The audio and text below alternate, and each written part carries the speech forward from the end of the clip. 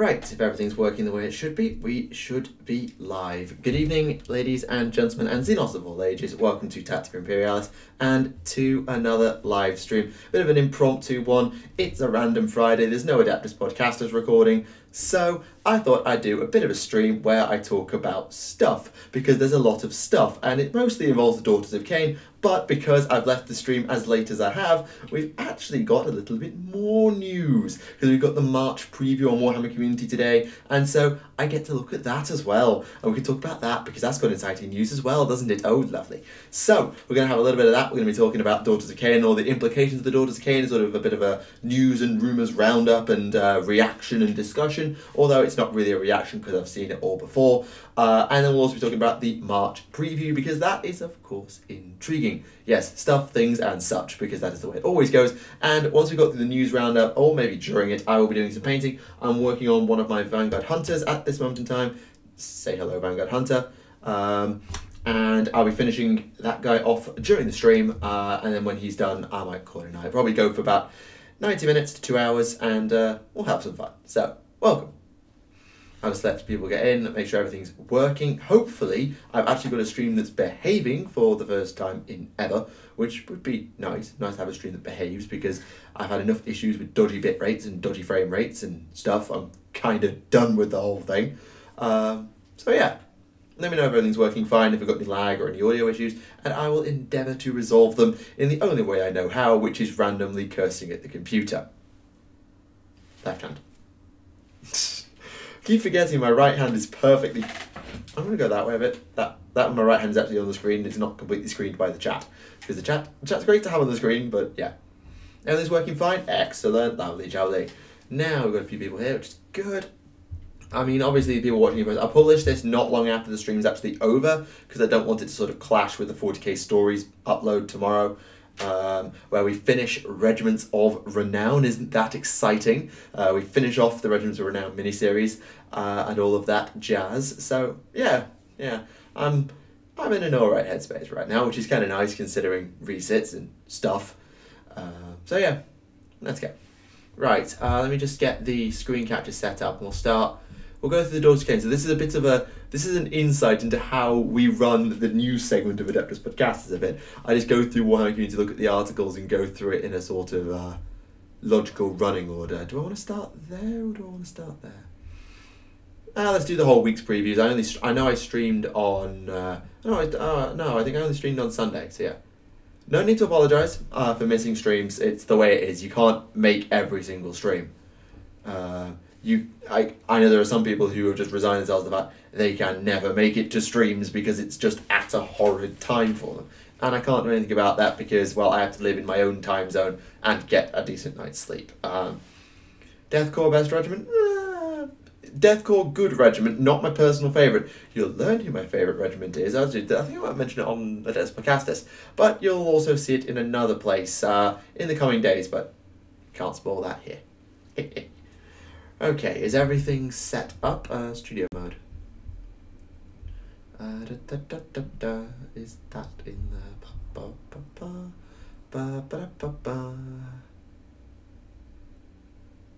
Yeah, close enough. That's in about the right place. Lovely. So that's ready to jump over whenever we're ready. They are my favourite, but I'm clearly not biased. Well, yes, clearly not biased. The guy with the Deathcore inspired name and icon is clearly not biased by the Deathcore. What so flipping ever? Zing. Anyway, I'm going to jump over to Warhammer Community now. We'll go over to my sort of screen cap. Blood Angels are the best chapter. I have to have a closer read of that. Why don't you still the Tau as you... Still? What do you mean, still the Tau? You've lost me. That doesn't make sense. Sorry. Blood Angels best chapter. Blood Angels are very good. I've come to really like the Blood Angels and their successes in Devastation of Baal, so I completely respect that opinion. But who is my favourite chapter? I don't know. What's awesome? What's problem? Warhammer Community. It looks like the Tower first three. We'll get to that. I want to do the Daughters of Khaine first because I'm going to go in chronological order. So I want to do the Daughters of Khaine first, we'll go through that, and then I'll get to the March update because you've completely bloody spoiled it. Chat. Thanks, chat. Sell. What do you mean sell the... No, well, they're two different game systems, aren't they? Like, why would I want to sell my 40k army to fund an Age of Sigmar army because then I can't pay 40k as much? I've always said I want to have a couple of armies in every system. My orcs are my fun 40k army. I play them fun to meme about, to have a good game and a good laugh. My Tau are the army that I'll actually play when I'm trying and compete because like they are just, to me, a more competitive army than the army that I built with theme but with competition in mind. They're beside me my powerhouse army, and that's why I'm not going to sell them, because I'd have to start another powerhouse 40k army. Whereas the Daughters of Khaine and the Stormcast Eternals, the Stormcast Eternals are my main Age of Sigmar army right now, because I've got like nearly 4,000 points of them, and the Daughters of Khaine are going to be my second army though, which is going to be my fun army, which is probably going to be the Daughters of Khaine, and which is going to be my sort of powerhouse army, which is probably going to be the Stormcast Eternals for more tactics and stuff. We'll see. My own custom blood sex stats called the Blood Devils. Interesting choice of name. Although devil has a lot of unholy connotations, so I'm not sure the Inquisition and the Ecclesiarchy would go for it. Right, let's jump over to Warhammer Community and let's go through the Daughters of Khaine. Right, I'm going to be going article by article here, so if you've been keeping up with WHC, you will have seen most of this before. But we got Elven Law. Oh yes. Sell my AOS armor for 30k army and more Primaris Bloodliners. Fair dues, fair dues. I mean, AOS at the moment, if you don't want to get into it, you don't want to get into it. If you've got an army, you're not enjoying it, fine. I would argue you don't want to sell out of a system. Sort of sell your army from a system, because it makes it harder to get back in. I was like, it's why I didn't sell my fantasy army, because I wanted to keep it for whatever 9th edition / what became Age of Sigmar was going to be. I wanted to have an army on the go and playable immediately, so I did. And that with 40k transition, I wouldn't, even if I went and played all AOS for the next 2 years, I'd still keep my 40k army. But that's up to you. No need to apologise. It's just I wanted to do it in chronological order. I didn't make that perhaps explicitly clear. Is that my computer making that noise? That's worrying. Right, so the Daughters of Khaine are an army of elven zealots combining the Khainite worship of their kin from the world that was, with strange new powers drawn from the realm of shadow. That's Ulgu. You'll get me to calling it Ulgu. Led by Morathi, they may serve order, but their methods are extreme, and they think little of butchering the innocent populace of the mortal realms as they persecute the endless crusade for the shards of their shattered god. Lovely.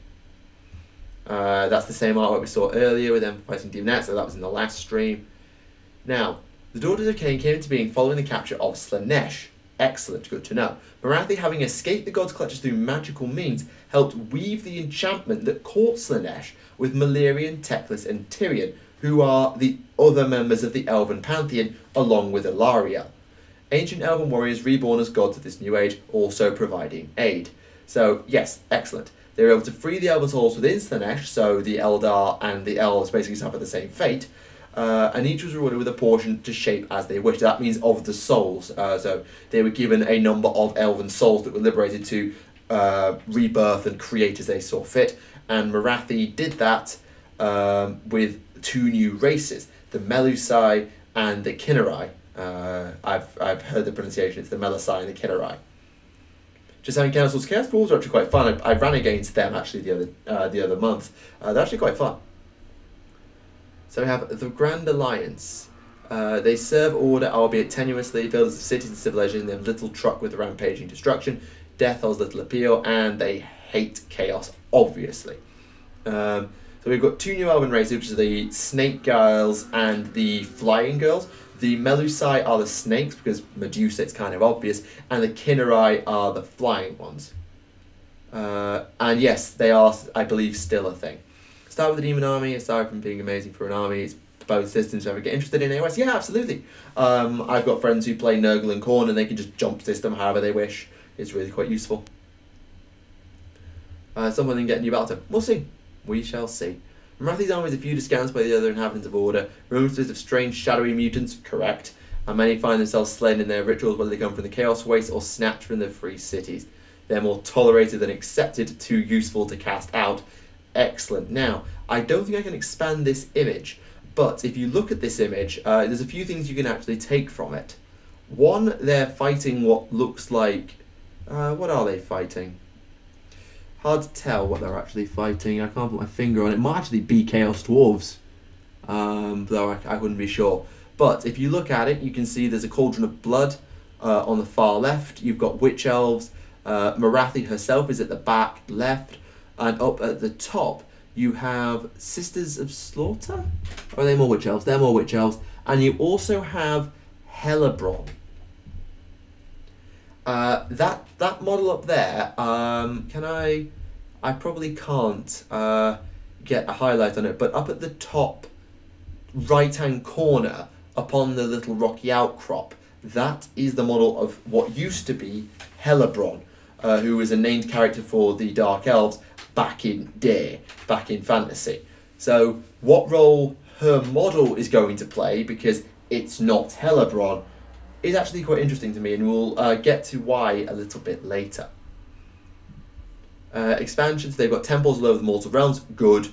They create more of their number through blood sacrifice, which is interesting, and they collect shards of Khaine. Morathi claims to be his mouthpiece, wielding his iron heart, but none know that Morathi's power is a lie, and Khaine is dead. The prayers that her daughters scream and the ritual offerings they make only serve to enhance her power, not Khaine's. Plot. Intrigue. Oh, yes. This is so intriguing. Khaine is dead, and what happens if the daughters find out? Maybe a faction did find out. Intrigue, mother trucker. That Morathi alternate model is sweet, yeah. Snake Morathi is amazing, and to be fair, Elven Morathi is pretty damn badass too. That's a video with Jeremy Vitok, thoroughly recommend you watch that. Rules wise, so this is their allegiance ability. They have 6+ Feel No Pain. This is thematic, but also kind of garbage, because you have no armor. So you basically just have a 6+ save and maybe another 6+ save, or a 5-up save in some cases, but Daughters of Khaine have been historically flimsy, so it's not a stellar ability. I mean, it's a nice to have, but it's not stellar, and maybe things like the Cauldron of Blood will, instead of providing this sort of a bonus, will actually buff it. There is actually some abilities that can buff it, so I'll be intrigued to see how they make it work. And they also have not quite power from pain, for you Drukhari players. So this is something they call a battle trait. Whether this is like Signs of the Storm, I can't remember. It might be the Daughters of Khaine / Converted. Well, yeah, people want to do that too. But basically, as the battle goes on, the Daughters of Khaine get more and more and more dangerous. So turn 1, reroll run rolls of 1. Nice. Stuff happens, and then on turn 5, reroll saves of 1 for this unit, and you do not need to take battle shock. And they sort of run through it here that everything stacks.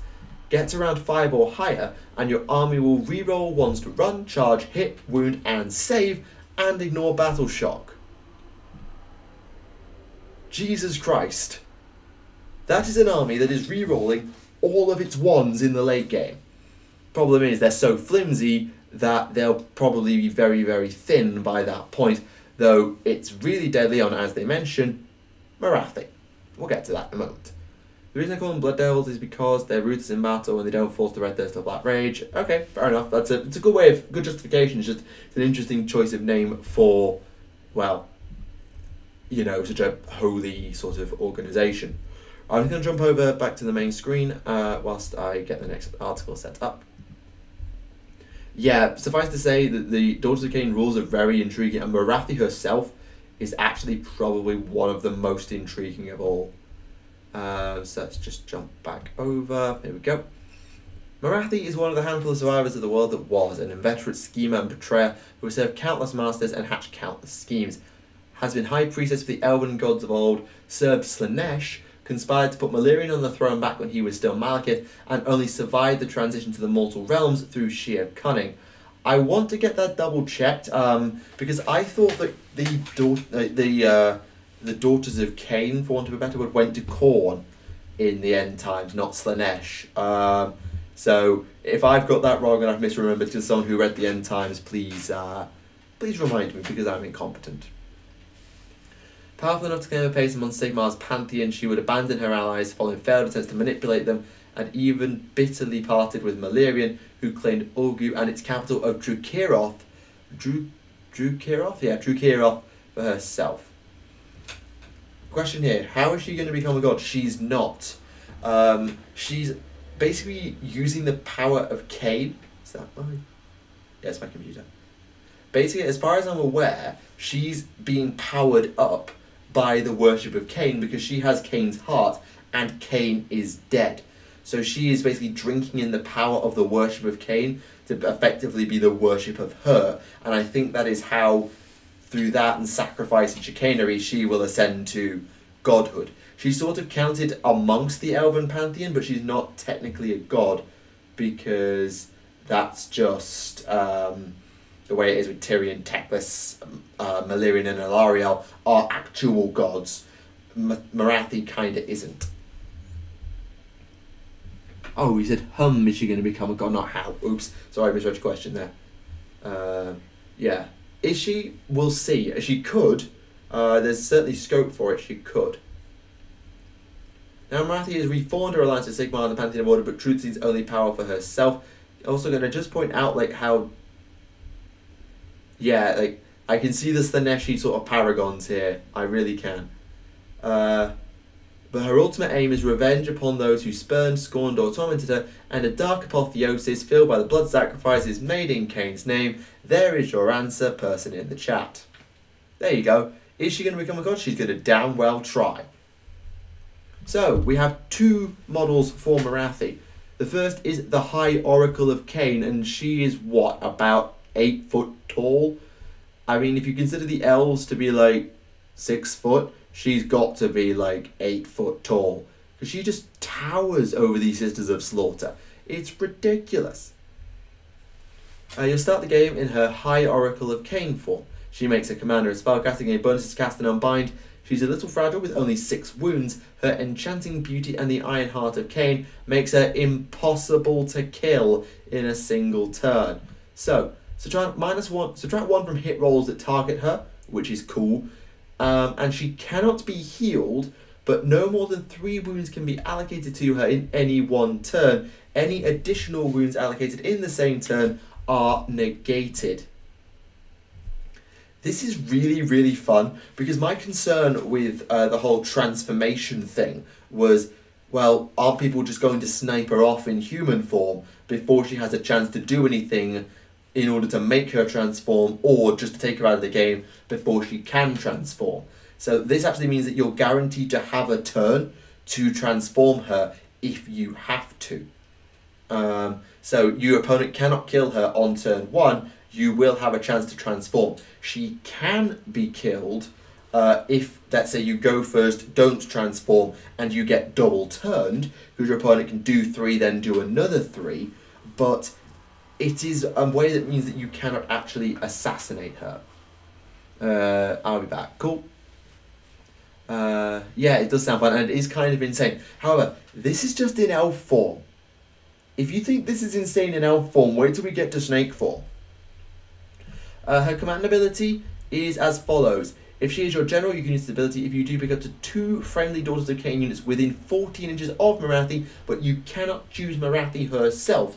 These units can immediately shoot or chosen to pile in an attack. You get a free attack with 2 units. Ow! Which, considering you actually have range support in Daughters of Khaine for the first time cocking ever, is really, really dangerous. Because you can drop in your Kinneri, barrel them into combat, and then say, right, I'm now going to attack with them twice in this turn, if I want to.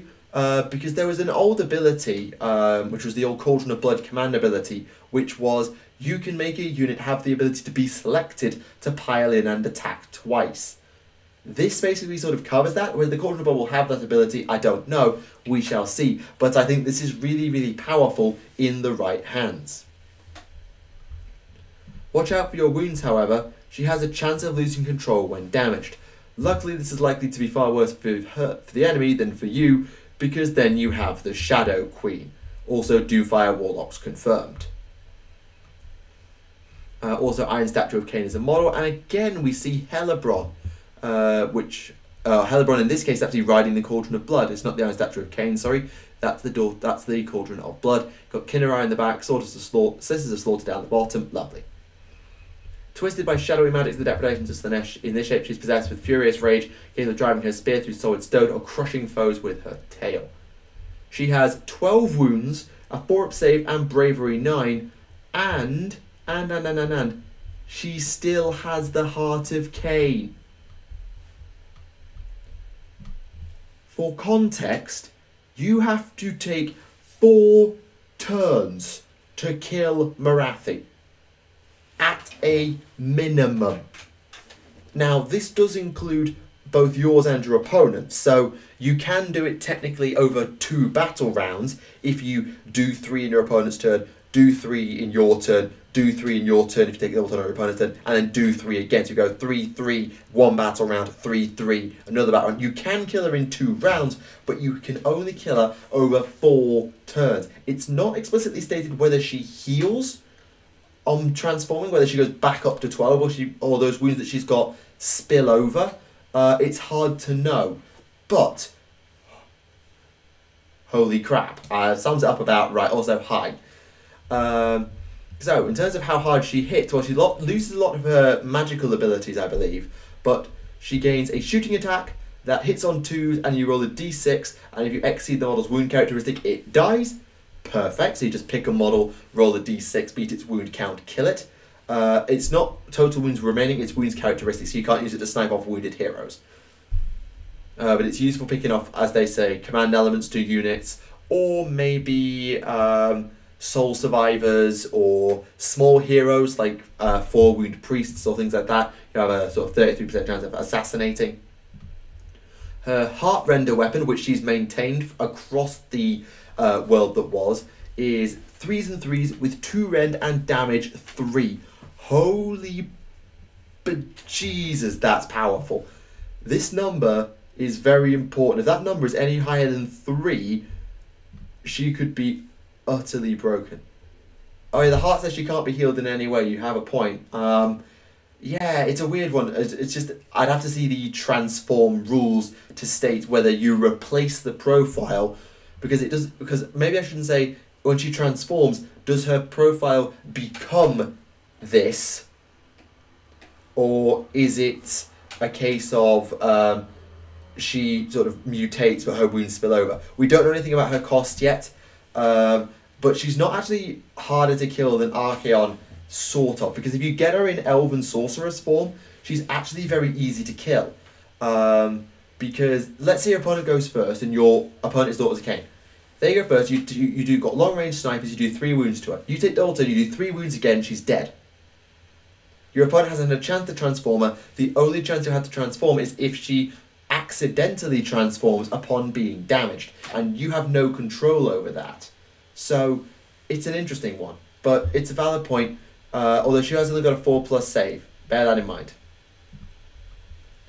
So no command ability, no sorcery, and you can also assassinate her with abilities like Hand of Dust, so like one-shot assassinate abilities are still a thing, which is good to know. Now I'm just gonna leave this model up on the screen because I just love this model so much. Yeah, and she can just be one-shot removed by certain abilities. It's just flat-out damage.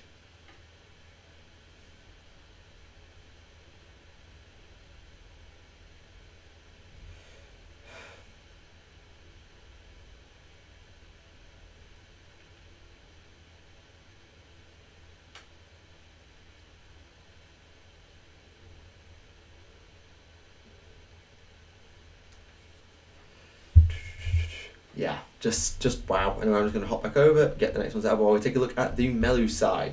I don't know if it's Melusai or Melusai, but I quite like Melusai. So the Melisai are your snakes. Let's see, are we here? Yeah. Let's jump back over. So those Khaine were formed by Morathi from the Elven Solace and drawn out of Slanesh. While in the Age of Sigmar, many elves are born by natural means. Some of the first elves to be formed are in the mortal realms. The Melisai are amongst the first such elf souls to be reborn, not quite reincarnations, but new beings imbued with centuries of hatred and an unquenchable lust for revenge. Yeah, Slayer Kings, which is Archaon's ability, will work. That's the thing. It's like she can be actually sniped by the right ability. So if it's a case of you are just removed, she is just removed. That is still a thing. Strange mutations, powerful magical abilities such as the Blood Sisters ability to transform. We'll get to that in a minute. So, Blood Sisters. These are your melee Melisai. Again, you can see a Blood Rat Medusa at the back of the shot here. You've got the, what are they called? The Blood Stalkers are your archers. You've got a Death Hag here. Assuming she's still called a Death Hag. Or a Hag Queen or whatever. So they're elite, fast moving, strong, and able to dole out mortal wounds. Each time they score a hit with a Crystal Touch attack, which is an additional attack they get, they just do mortal wounds. This is really, really good chip damage and should never be discounted. Because even Vanguard Paladors, who just have a 1 mortal wound on a stick on their champion for a 2+, that's really good. It's just chip, chip, chip, chip, chip. Starsoul Maces on Paladins, same thing. Chip damage. Mortal wounds are really powerful, particularly against certain armies like Koth Seraphon, Koth Stormcast.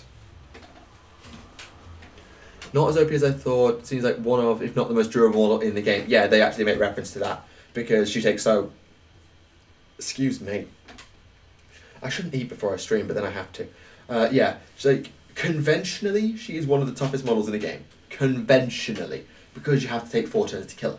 But if you have abilities that actually just facilitate sniping and assassination, then you can do that. So these Blood Sisters, I don't know. I prefer the Blood Stalkers. I don't know. Maybe it's just the Witch Elf heads as opposed to these serpent mask things. I don't know. Something about the Blood Stalkers Blood Sisters just puts me off a bit. I can't put my finger on it. The Blood Stalkers are your archers. And if you roll a 6 to hit, then they do mortal wounds. Again, you have more mortal wounds, which is something that most armies would struggle with. And this is something Daughters of Khaine have historically struggled with. Witch Elves, no rend. Sisters of Slaughter, basically very little rend. The entire army has no rend. You can't really deal with heavily armoured units. And your only source of mortal wounds was pretty much Doomfire Warlocks. So having mortal wounds available in your Melisai units is very, very useful. They'll allow you to snipe at stuff, and they have what they call hard seeker bows, and they do mortal wounds, which is lovely. Right. And pick the right general, and then you get to use Blood Sisters as battle line. So what general's going to unlock that, I hear you asking? Well, actually, I'll tell you, it's the Blood Rat Medusa. I'm gonna out on a limb here. I think it's the Blood Rat Medusa because they are confirmed to be heroes. I think they are going to be the unit that unlocks Melisai. Blood Sisters as battle line, because I don't think it's fair that Morathi gets all this stuff, and she gets she gets all the powerful abilities, and she unlocks a battle line. I think they need to diversify it a bit. I don't know what the Veil Wind Vortex does, so sorry, couldn't help you there. Just want Leia for 40k. You're probably not the only one after seeing the DOK. Now, let me just hop back over to here. Skyfires still seem better. Skyfires? Which ones are they? Skyfires. That sounds like Caradron to me. I want to say that's Caradron, but I couldn't really put my finger on it.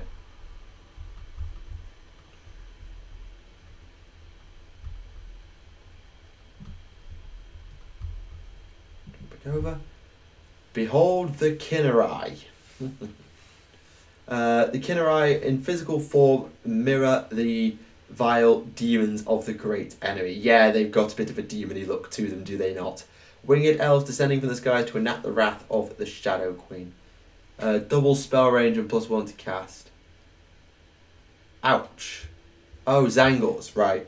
Well, Tzeentch is broken. I thought we knew this already. Tzeentch is just broken. That's the thing. Tzeentch is just broken. So, these are the Khaine Heartrenders?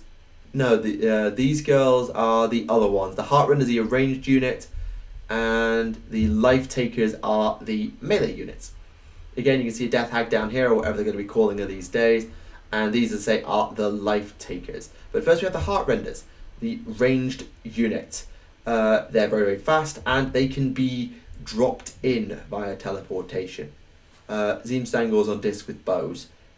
Yeah. That's what I think is Tzeentch. So, these girls have the ability to deep strike. They've been dropped in from on high in any move facing descend, set anywhere more than 9 inches. Lovely. And they get really good on the turn they do. They can shoot even if they run, and in addition, in the shooting phase, their rend is -2 if they arrive that turn. This is pretty nice because, obviously, as I said earlier, Daughters of Khaine have issues with piercing armour, so getting rend of -2 onto your ranged weapons for a turn, can't be complaining about that. They then have a rule called Fire and Flight. In a shooting phase, after they attack on a 4+, you make a 6-inch move, but you cannot retreat or run as part of it. That's just quite nice. It's just like, it makes them harder to engage, which for a ranged unit is very important. Yes, deep strike elves. It's a thing. To be fair, yeah, fine. But this is interesting because it just means that you've got more options, and that's what Daughters of Khaine really lacked, is they were very, very one-dimensional. You spam Doomfire Warlocks for magical support, and you basically just took as few Witch Elves as possible, then you spammed Sisters of Slaughter. It was just not fun, and it was boring, and I didn't like it. I really liked Daughters of Khaine even before all this happened, but they just needed more options, and they're getting it with the Melisai and the Khaine. Then we have the Life Takers, which is these girls up here. These are your melee girls. So they can also deep strike, but they get +1 damage if they make a charge move in the same turn. Oh, it's every turn they charge. Whoa! Oh, they've got actual lances. They've got like lances, so they get +1 damage on the charge. Ouch. Ouch. That's pretty powerful. We'll have to see how powerful their actual weapons are, because they've got no rend and they've like wound on 4s, then they're not going to be that good. Yeah, very, very fun. I'm not as big a fan of the Khaine as I am the Melisai. I don't really know why. Now when Vortex also has a mage on it, can't be charged, as well as no one go within 3 inches of it, but it can't be a Behemoth model, so she becomes one, so I think she will fall off. Send that to the FAQ team, actually. There is an FAQ team dedicated to that, to those sorts of things. So that might be worth something pinging to the AOS FAQ team to ask what happens if Morathi transforms on a Balewind Vortex. That's a really good point. Good call. Yeah, I'm not so sure about the Khaine. Like, these girls they do look cool, but I don't know. They don't grab me the same way that the Melisai did. I'll probably still get some, but maybe not as a higher priority as the Melisai archers. I'll probably go... Like, what have I got? What have I got? Hang on. Just give me a second. I've got 20 Witch Elves, 1 Blood Rat Medusa, 1 Cauldron of Blood, 1 Death Hag, perhaps 2, and that's it, because I made my Doomfire Warlocks into Dark Riders. So I'd need Sisters of Slaughter, I'd want the Melisai, I'd want Morathi, I'd want the Khaine, and I'd want to get another Cauldron of Blood, so as I can make it into a Blood Rat Shrine, and then have the Iron Statue of Khaine as a separate unit, and get 2 more heroes, which would be lovely. So, probably want to get the Start Collecting box set thingamajig that they've got, because that will get me the basics, so I can make the units as a Slaughter, I can get my Blood Rat Shrine out of that, and then I'll probably get, that'll give me like the core of the armor, get to back 1,000 points, then probably it'll be Morathi. No, I want to get the Melisai, so as I can practice the snakes a bit. I'll have to put up Medusa for that. I'll probably get the Doomfire Warlock, so I've got magic in the army. Then probably some Kinnerai. Then Melisai Archers, and then cap it off with Morathi. That'll get to about 2,500. I can bring up to 3,000 with some more Melisai and Kinnerai. Depending on my battle line options, I need to get more Witch Elves and stuff. You can see how easy it is to just plan an army in AOS. It's gorgeous. Like, I've just planned my entire army like that. Oh, Blood Coven. That's the one. Thank you. Couldn't remember its name. Blood Coven. Thank you. Couldn't remember its name of the Daughters of Khaine box set thingy-book-jib. So thank you for the reminder, Commissar. Appreciate that. Let me just hop back over to this screen whilst I set up the article that came out today, which is their magical abilities, and oh ho ho, is there fun to be had here. Right, let's just jump. Hi. Mortal realms of rich with magical power, but few possess the strength of will to harness it. The Daughters of Khaine are children of two ancient traditions: the bloody cults and seemingly god-given power of Khaine, spoiler alert, it's Morathi, and the dark magics of Ulgu, the realm of shadows. Sounds like a good list? Yeah, maybe, we'll see. I will buy that just for conversion bits. Yeah, well, you like Slanesh and Leia, so stuff you. I don't know actually saying stuff you, it's just that I don't like Slanesh at all. In the new battle tome, you'll be able to harness both to the full effect with 2 new tables for your priests and wizards to draw from, combined to have a dizzying range of options. Diddly diddly diddly dee spiel. The Lore of Shadows. And when they say the Lore of Shadow, they've literally ripped off the Lore of Shadow from fantasy. It's gorgeous. So, say hello to the new Occam's Mind Razor. It's just called Mind Razor because Occam's Razor is just 2 on the nose. Casting value 7 if cast by a friendly Daughters of Khaine unit within 18 inches. Until the start of your next hero phase, the rend characteristic of that unit's melee offense is improved by 1. This is good on its own. In addition, the damage is increased by 1, while attacking a target that has a lower bravery characteristic than they do. Elves have a nastily high bravery. It's usually at least 7, if not 8. Elven bravery is very, very high. So, this is basically give a unit -1 rend and +1 damage. You put that on 30 Witch Elves who, if I remember correctly, are going to be hitting on 3s and wounding on 3s, re-rolling all 1s if you get all the buffs in place, or just re-rolling all hits, I think, at basic level, at least if they keep their old rules. And holy god, the damage. That spell alone will topple a monster that has low bravery. That will topple a monster with low bravery on the right unit. You put that on Morathi, for example, who's bravery 9, and her attacks just go off the end of crazy. Like, Heartrender becomes 3 rend, 4 damage. 4 at 3 rend. Do I need to explain how powerful that is? No, I don't. No, I really, really don't. Jesus. Carrying on, the Withering. That's also been borrowed. 18 inch range, casting value 7. And it needs to be a target in line of sight. Add 1 to wound rolls for attacks that target the unit. This is just utterly bonkers. This is just utterly, utterly, utterly, utterly bonkers. You stack these spells and, oh Jesus. Oh, by Khaine, are you going to cause a bloodbath? Oh, I know what spell my Eye of Tzeentch will be stealing. That is my opinion of Tzeentch. This is Daughters of Khaine, the new battle tome that's going on pre-order tomorrow. Actually, it's going on pre-order tomorrow at the time of recording, streaming, and it will still be Friday when this goes live. We shall have to see. All the lore. Yeah, I get that. And finally, the Pit of Shades. The Pit of Shades in Occam's Mind Razor. I loved the Realm of Shadow back in Fantasy, by the way. I loved the Realm of Shadow because it was the lore of I'm going to utterly mess with you and you're gonna like it. So the Pit of Shades. First off, 7, 18 inch range, same again. Roll 2 dice and add the scores together. The enemy unit suffers 1 mortal wound for each point by which the total exceeds their move characteristic. 2d6 minus move mortal wounds. 2d6 minus move.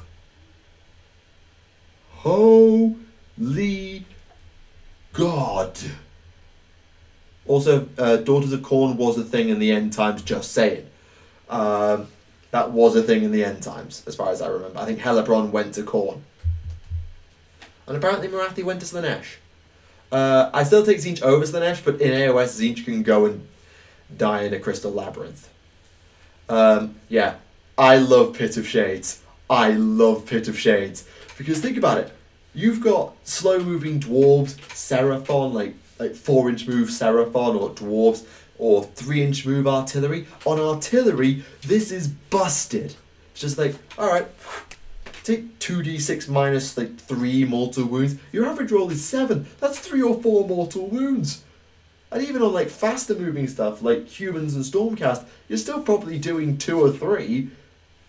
Bloody hell! You roll high, you could be wiping units. Just, oh my god, I love this spell. I love this spell.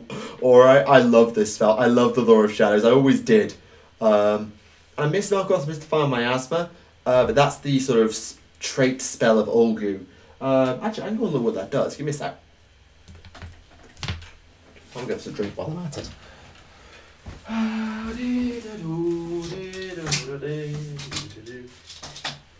Right, time for reading a French thing and translating it for a chat. Crystal Maze, really? No, I'm referring to the Crystal Labyrinth of Tzeentch. It is the Crystal Labyrinth, isn't it? Is it the Crystal Labyrinth? I think it's the Crystal Labyrinth. I think it is. Right, what's Olgu's theme, Chip? I've forgotten.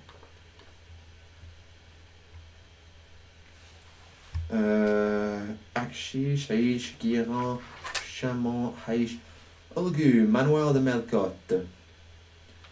Miasme mystificateur. Un wizard peut utiliser le sort miasme mystificateur en plus de ceux qu'il connaît déjà. Ce sort a une valeur de lancement de 4. En cas de succès, choisissez une unité ennemie visible à 18 ou moins du sorcier. Le joueur adverse doit juste 3 les jets de course et de charge qu'il effectue pour cette unité jusqu'à la prochaine phase des cerveaux du sorcier. Jetez ce sort plusieurs fois sur une même unité n'a pas d'effet additionnel. Okay. So, 4 to cast, subtract 3 from run and charge rolls of a unit within 18. Boring. Boring. My Tzeentch is not the same as the OP list. I don't even play any Zangors. Well, I'm sorry, if you want...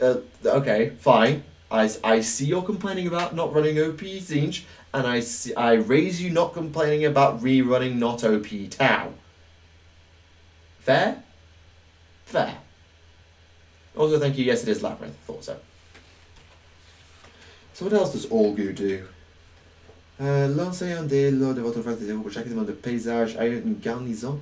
Juste inclusif, si vous pouvez transférer des vies vers un autre élément de paysage pouvant avoir une garnison. Dans ce cas, lancez un dé pour chaque vie transférée sur un et ne se perd jamais dans le royaume des ombres et il est considéré comme tué. Ah, you can teleport units from terrain to terrain. Or from building to building that has a that can be garrisoned. Otherwise, at the same time, populous and opulent. The palaces of the god mage Melkoth are fallen into decrepitude under the effect of the legendary Liar's Fog. Monteur? Liar's Fog? Is that what that is? In these empty rooms, the truth is often as rare as a ray of light on a stormy day. What did you miss? I've just been discussing all the Daughters of Khaine stuff, and then looking at the rules for Olgu. I know you might not have done, but now you understand how I feel. When casting these spells, after all, Hag Queens are talented, but they lack magical aptitude, and while Morathi is certain, what if you want to put more casters? Say hello to the Bladderak Medusa. So she's going to be a general. Lovely. Daughters of Khaine, who once doubted the will of Morathi, to secure their loyalty, Morathi infected them with her own essence, causing them to assume a similar form to her, and granting them mastery of shadow magic, and binding them to her will. Oh, Morathi. Yeah. Yeah. Blood producers are now going to be spellcasters and heroes. I approve. I approve. And the prayers, these are for your Hag Queens. So, pick a friendly Daughters of Khaine unit for Martyr's Sacrifice in 14. The start of your next hero phase, each time a model from that unit is slain in the combat phase on a 5-up, the attacking unit suffers a mortal wound after it has finished making all of its attacks. That's kind of nice. Fair enough. Blessing of Khaine, reroll Fanatical Faith, so you have a rerollable 6-up Feel No Pain in Stella.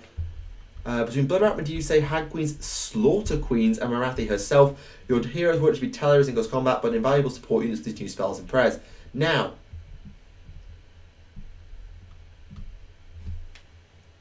Hag Queens and Slaughter Queens. I'm intrigued. Who are the Slaughter Queens, and what do they do? Because the Hag Queen has always been the Death Hag, i.e. this gal up here. This, to me, is a Hag Queen. I think that Hellebrand, the model of Hellebrand, is going to be the Slaughter Queen. I'm not sure. I can't prove that at all. But I think that's what they're going to do. Also, General's Handbook go away. And there'll be more information on Monday for more news from the Battle Tome, which is swell. Yeah. Your thoughts? Your thoughts, chat, on the Daughters of Khaine? Because just wowzers. Yeah, as this person down here says, they are sweet. They are so sweet. I am seriously looking forward to having these gals. That's the corner of my eye now. Great. Yeah, I'm seriously looking forward to having Daughters of Khaine. It's a shame that I'm stuck in France at the moment because I can't get them home with me. Otherwise, I'd go in right now. Like, I'd finish the Stormcast I've got to finish, get myself up to 4,000 points, and then go straight into Daughters of Khaine. As it is, I'm in France, not England, so I can't do that. But this is going to be such a fun project when I come home. Such a fun project. Yes. Oh, yes. I'm looking forward to this so much. Leave me your thoughts on the Daughters of Khaine. I'm just going to go take a very quick break, get myself a drink and stuff, and then I will be right back. See you in a minute.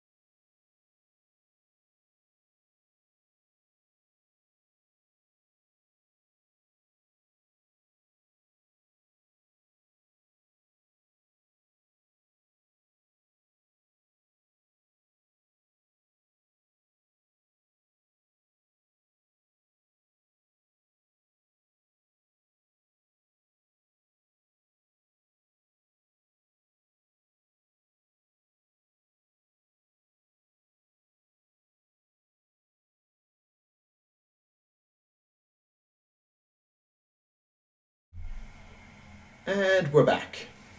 So, how long do you think the unit high elf, so I can use the twin to bash heads in? I think you mean are you referring to Tyrion and Teclis' stuff in Heish?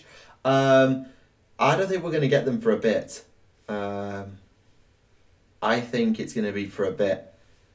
Right, but hey. Good army, solid units, all depends on points now. Well, if they keep the old points, let me get my handbook again.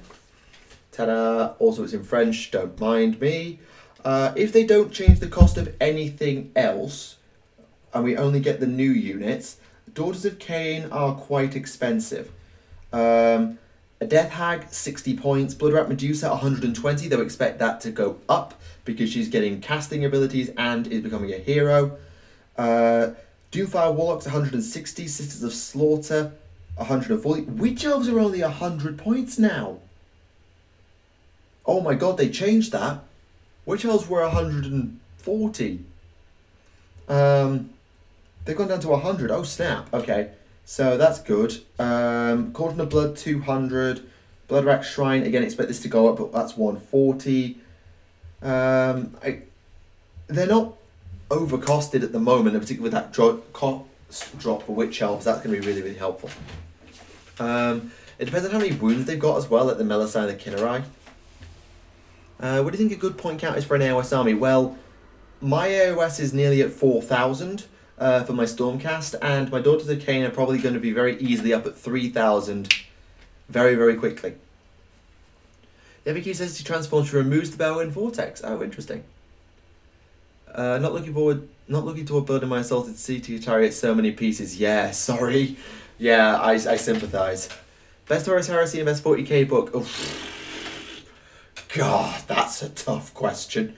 That's a tough flipping question there. I don't even know. I don't even know. I really, really don't.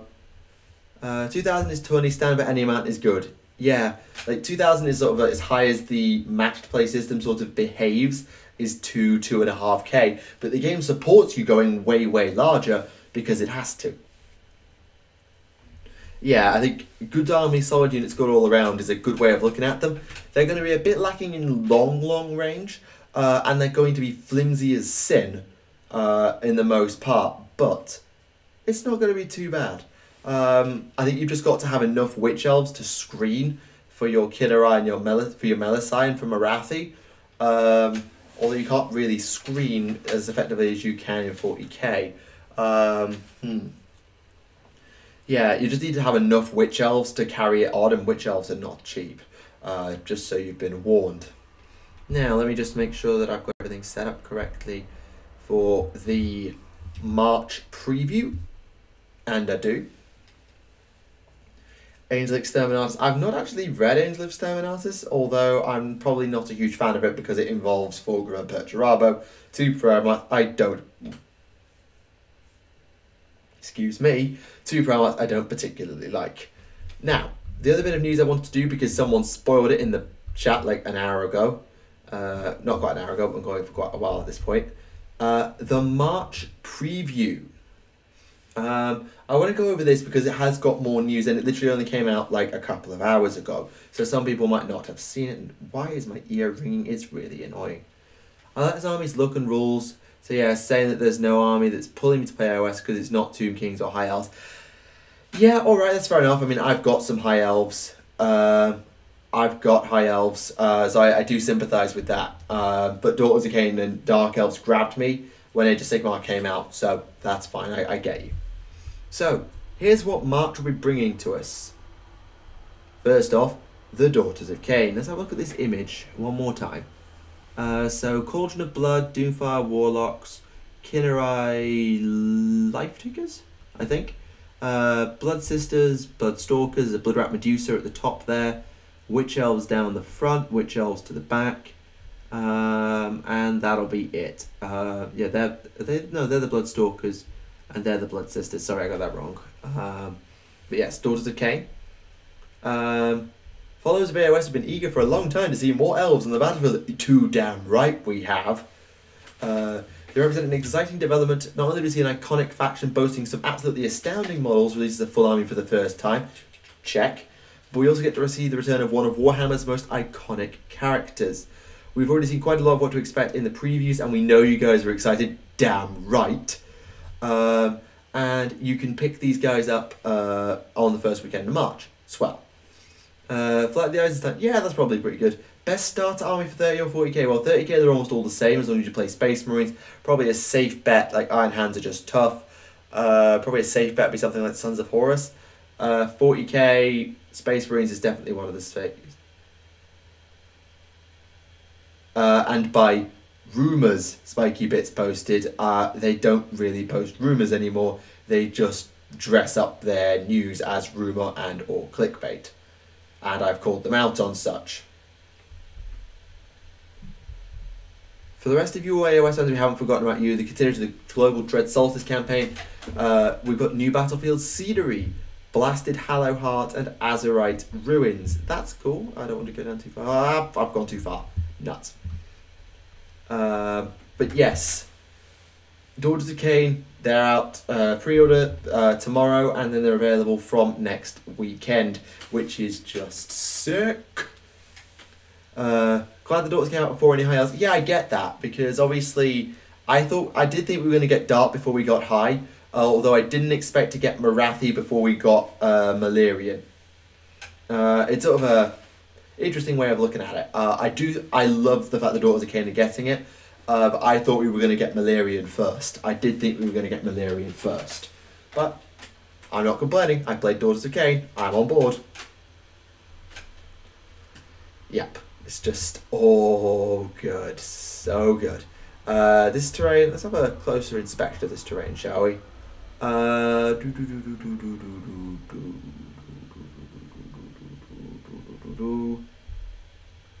Okay, just some little ruins. It's quite nice. It's quite nice. I probably won't be picking it up. I don't really pick up terrain kits. I just use what's available at any gaming store I go to. But good to see nonetheless. And if I ever do make a AOS board, I can at least have more options for terrain.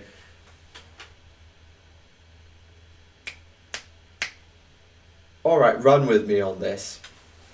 Olgu, Realm of Shadow, Temple of Khaine. So you have the temple thing. There's like a little temple terrain piece that you can have.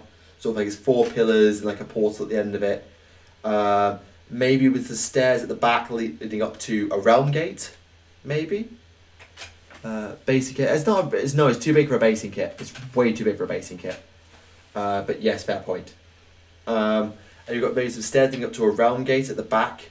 Just sort of, or maybe you replace the realm gate, or like, use the Mage Wrath throne.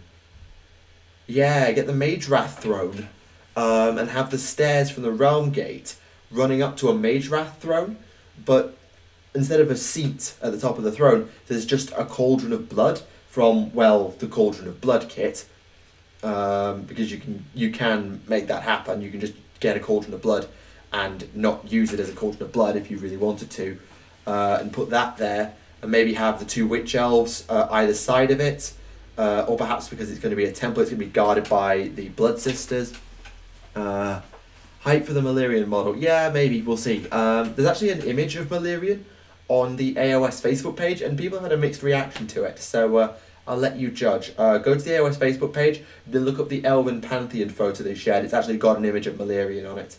Not Tyrion and Teclis, although it has them in their old mortal forms, but you actually see the new Malerian a bit. So you've got this Mage Wrath throne, that's in one side, and you've got like these columns running along the length of it. You've got pools of blood, and you could do some really cool with like a Temple of Khaine board. You could do some really cool stuff with that. But I now need to dull my Khainite hype for a moment and calm the blood rage, and tech up, because we have confirmation, as somebody mentioned like nearly an hour ago in the stream, of the next codex that we're getting for Warhammer 40,000. Da, da, da, da. It's the Tau. It's the Tau. It's the Tau. It's the Tau. Tau, tau, tau, tau, tau. Lovely. It's the Tau. So, do it for armies on parade. Oh God, no way. No way. I don't have. Like, it would take me so long to just build the army. Like, I love the idea of just having like a square and you've got this temple leading up to a cauldron of blood on a Majorath throne, with a Khainite statue over the top where the throne top is, and stuff. And is that? Yeah, that's just my screen. And stuff, and you've got the daughters themselves. So you've got the Melisai either side with their things, and the Kinnari up in the rafters. So you've got pillars, and the Kinnari are up on there. And Morathi herself, in her true Shadow Queen glory, is maybe perched over the top of it all, just leading the daughters in worship, or in her maybe in her sorceress form, is at the top of the shrine, or something. You'd have to extend it out a bit to have the statue of Khaine there and Morathi there instead of stood in front of the cauldron. You could make it work. You could make it work. So yes, the greater good. The 5th Sphere expansion begins this March, and as you can see, it's gone all Violan because the Codex art has changed. That asterisk is down the bottom. It says, don't talk about this 4th Sphere expansion, they don't like to talk about it. So, big news for any fans of the greater good for a host of reasons. Army-wide Sept rules, 5 Sept worlds, or the Farsight Enclaves. The Enclaves are going back in the Codex. What would their own Volgu's environment be like? For some reason I imagine cold with some snow and permanently dark. Well, it is permanently dark. It is very, very dark and misty, and nothing's quite what it seems. I don't picture snow. I don't picture snow, and I don't know why. Sort of like a cold chill of unease running through the whole place. And like howling and like twisting winds that whisper to you and try and manipulate your mind, deceive and lie, just screw with you. That's how I picture Ulgu. Like, it's in perpetual like twilight, because the way the realms work is Ulgu and Haish, shadow and light, orbit each other like a binary star system. So you can sort of imagine that the darkness of Ulgu that creates night in the mortal realms is ever so slightly pierced by Haish, and it creates this sort of really low twilight. So you could just about see. It's like really low light. So you could barely see what's like more than 10 feet in front of you. And it's sort of just this haze of mist all around you. That's how I think of Ulgu. Actually, does the artwork of Ulgu give anything away?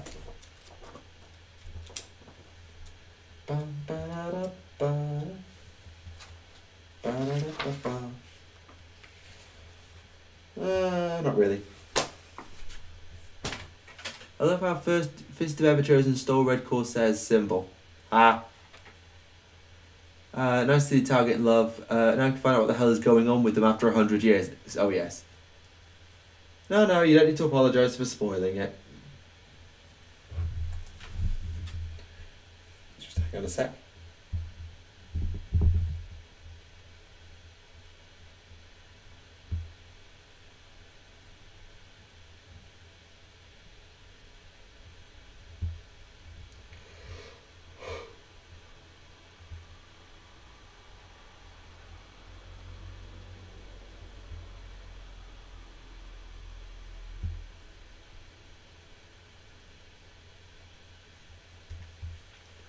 No, you didn't apologise. It was just, I didn't really make it clear what order I wanted to go through it in.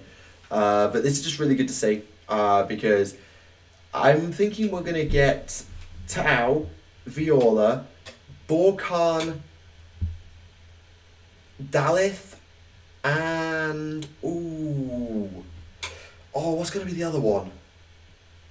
Tau, Borkan, Viola, Dalith, and...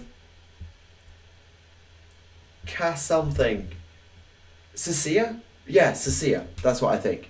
I think Cecilia. Yeah, I'm going to go with Borkan, Viola, Tau, Cecilia, and Dalith will be the septs that we get for the Tau. Will you be reading the Eisenhorn novel? Probably not. I'm apologising now.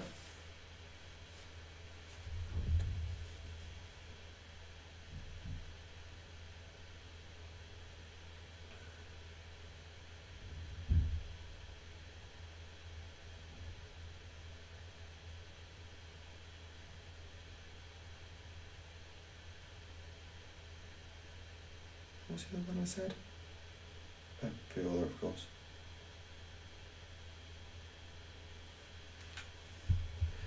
You know them way better than me. What do you think the rules of the Farsight Enclave's tactic will be? It will be something combat based. It will be about unity and it will be about combat or close range engagement. So it'll be the way of the short blade or the way of the broken sword perhaps. We'll see.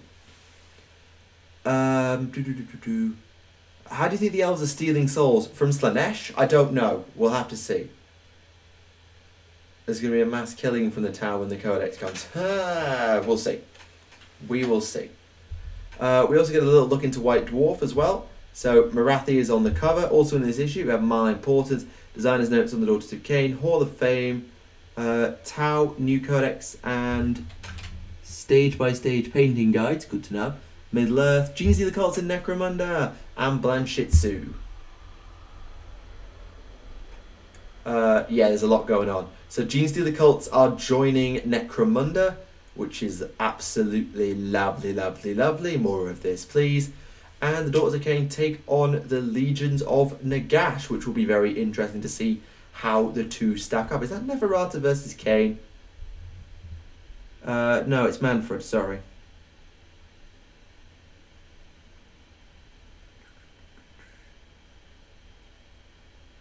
Sorry, I'm just reading this battle report.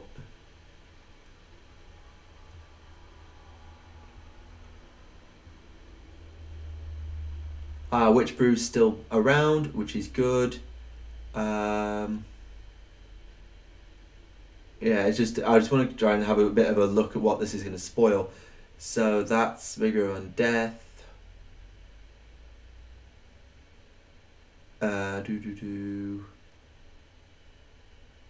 Hag Queen on the Cauldron activated both avatars of Khaine, but was then wounded when she failed to invoke Catechism of Murder. Also failed Martyr's Sacrifice. Both however dished out Witch Brew. Yep. Doesn't sound like much has changed there. Sorry, I got distracted reading a battle report. You work for Gash and the Gash is stealing souls from him. Right. Well, that makes some sense. I mean, if they've been trapped by Slaanesh and they've died, maybe they need to go and get them back from Nagash. And Malik and Maliri and the Morathi seem dirty playing enough to do it. But interesting. Obviously, the main ones will be coming from Slaanesh, and that's what will become the Melisai and the Kinnerai. But the pure elves that Tyrion and Teclis are creating? Interesting. Anyway, that's a quick look at White Dwarf for you. And one more time, how gorgeous is Morathi's model? Bloody hell. Sorry, I'm yawning. What? Sauce. Sauce. Sauce. I need sauce. I need a sauce for that. Because when you say revealed, you mean leaked. Because there's no way G-Dubs would have put them out at this just before the book came out. There's no way. Just no way they'd put them out this early. Oh, sorry, this late. And I'm right, I've just refreshed the page. It's not there. And which I was getting 4 attacks apiece would just be utterly stupid. Their battle line, for God's sake. They're your battle line. They're your basic infantry. GW Web Store? Okay, I'm going to follow this up. I'm actually going to follow this up. And I'm going to go to Games Workshop's website. And see if this person is telling the truth. So, Games Workshop Web Store. UK English, just because it will help. Warhammer Age of Sigmar. The Daughters of Khaine aren't even pre-orders. They're not even on pre-order yet. Forces of Sigma, what's that? Huh. That's the two start collecting boxes together. That makes total sense. New releases? No, it won't be new releases. They're not out yet.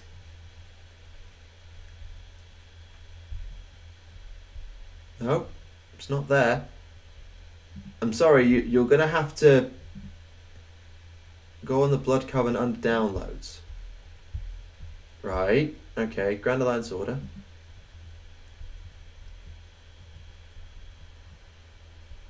Daughters of Khaine. Temporarily out of stock online, good to know. Downloads. Okay. Alright. Okay. That's... Wait a minute. What?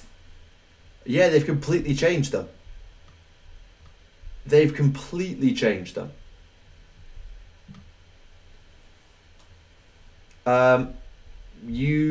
No, it's not. Yeah, well, the statement that is made by the person in the chat is BS. Half BS. I'm actually going to call this up. Hang on, studio mode. Screen cap. Right, I need to just get you better set for this viewing. Actually, I'm just going to have to turn off the chat, aren't I? Yeah, +1 for 2 weapons, +1 for proximity to a hero. That is what it is.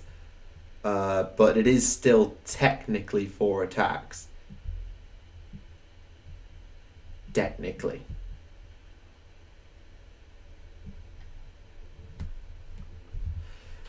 This is the difference. In terms of when you say they get 4 attacks. Yeah, I'm gonna jump over now. Oh, hang on, this is way too far over to the right. Sorry, my mistake. So, I'm also going to turn the chat off for a moment.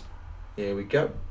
So, move 6, 1 wound, 6 up save, bravery 7, 2 attacks, hit on 3s, wound on 4s, no rend, damage 1. Fine. Standard bearers, roll 2 dice instead of 1 and discard the highest result. That's completely changed. Charge and run. That's completely changed. +1 to hit for the champion. That's completely changed. It used to be +1 attack. Add 1 to the attacks characteristic of their knife if they have a pair of knives, like all my witch elves will do. So they get 3 attacks.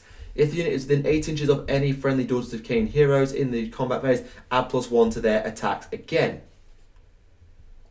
In the combat phase, witch elves with bladed bucklers have a save characteristic of 5+. If you give them the assistance of slaughter shields, I did that. I've converted some of my models to have that. In addition, each time you make a 6-up save with such a unit in the combat phase after rerolls before modifiers, the attacking unit suffers 1 mortal wound. Okay. Yeah, this is the point of when you say they get 4 attacks. They get 4 attacks under very specific conditions. Just be careful with how you phrase your statements in future because you completely caught us all off guard there. Yeah. Also check out the Bloodrack Shrine. I will hold the phone. Daughters of Khaine Blood Coven. Bloodrack Shrine. This should be actually quite intriguing because obviously the Bloodrack Shrine is getting massively changed because the Bloodrack Medusa is getting massively changed. Yep. She's now a hero with a spell. Yep, hero, wizard, Melusai keyword. Excellent. So, 13 wounds, 5 up save, bravery 8. Bloodrack Stare. Now automatically on a 5+, not a 6+. Okay, good to know. Tail of Serpents. D6. Whisper Claw has actually been nerfed. It used to be that... Oh, no, that's how it used to be. That's how it used to be. Goad Staves, yep. Move 6, 6 attacks, 2s for the Aura of Agony, fine. On a dice, when it charges, on a tilt you do the 3 mortal wounds, that's powerful. Aura of Agony, roll the dice for each enemy unit within 7 inches of any friendly Bloodrack Shrine. If you beat the score listed on the damage table above, which is up here, Whoops. Then they take D3 mortal wounds on top. That's actually really quite powerful. And she knows the enfeebling foe. Yay! So -1 from wound rolls for that unit. Okay, pretty nice. That's pretty nice. Welcome back, chat. Yeah, Witch Elves. When Witch Elves got buffed, they were utterly obscene. That's what Witch Elves were. They were just utterly obscene at doing massive amounts of damage in one go.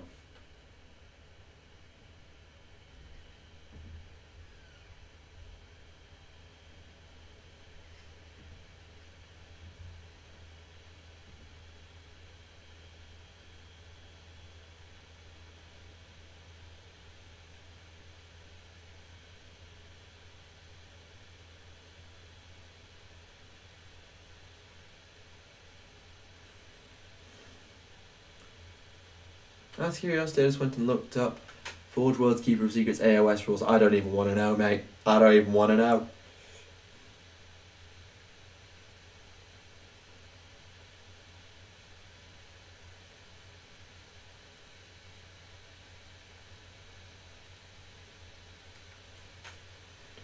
Were there not known about a new Orc Codex at some point? There will be one at some point, we just don't know when.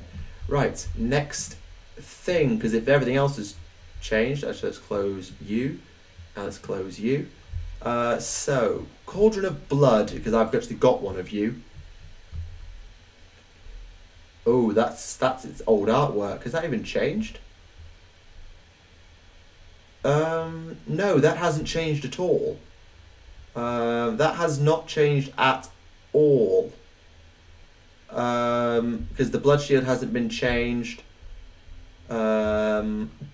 Yeah, this hasn't been changed because it says Death Hag and not Hag Queen.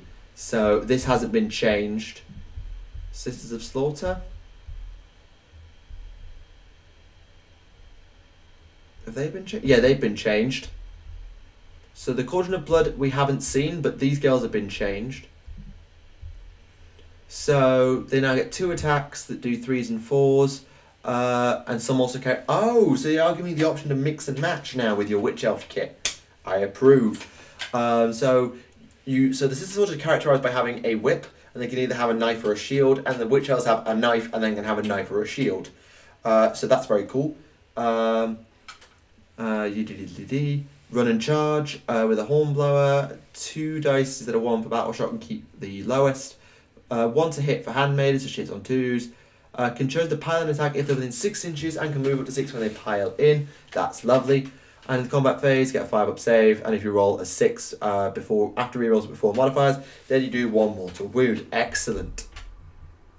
Hello again, chat. Yes.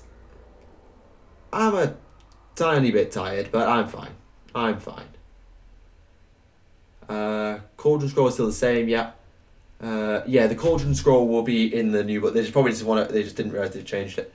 So as good as Corns and one of those creatures. Oh, you're talking about the Keeper of Secrets thingamajib, aren't you? Yeah, that's what you're talking about. Okay. All right. Well, thank you for that information. I wasn't expecting to run across that in our adventures. So I'm just going to start doing some painting, and we shall have some talking. Hi again. Right, how much are we going to do for this base coat?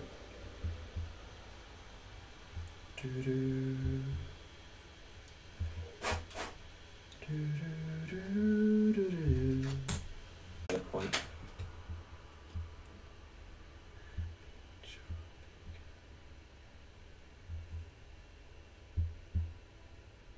Yep, I've got a workable head there. I've got a workable top knot. Top knot head, ammo pack, shoulder pads. Yeah, I've got everything I can do. I can do the dry brush now. Though I'm going to need to get a piece of kitchen roll before I do that.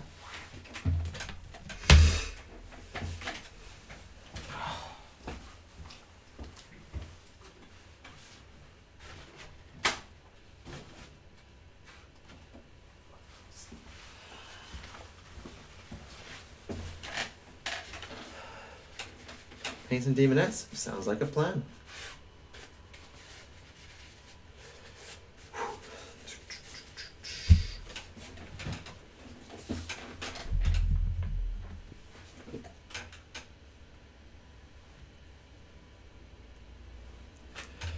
Okay, great. I'm just going to finish this model, I think, and then we'll call it. I think we'll call it a stream. So we've gone on a lot longer with the discussion and the news and showcasey things than probably I think I expected to. But yeah, we'll get your tower if I set Enclaves, even though there might be a better option. Yeah, I'm playing Enclaves. I play Farsight Enclaves. I will live and die by playing Farsight Enclaves. Honestly, it's just, I don't particularly care about what is the most powerful option. I have a theme and I stick to it. My Orc army will play with Evil Sun's rules more than likely, because that's just what they are. They're Evil Suns. My Tower army will play using Farsight Enclaves rules because they're from the Farsight Enclaves. It's just, that's what my army is. Definitely more hype for AOS than 40k. I completely don't blame you. Like, AOS is on a proper roll at the moment between Malign Portents, Maggotkin of Nurgle, Legions of Nagash, Daughters of Khaine. AOS's hype train is just rolling.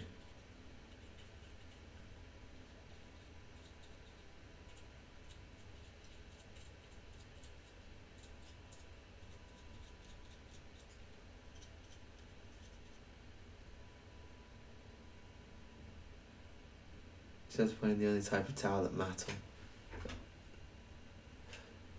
The other's not been conducted for spraying on the base. Yeah, I don't spray. There's no way I could spray in halls of residence. Absolutely no chance.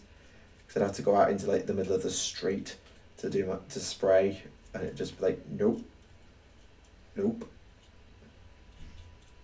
no chance in hell.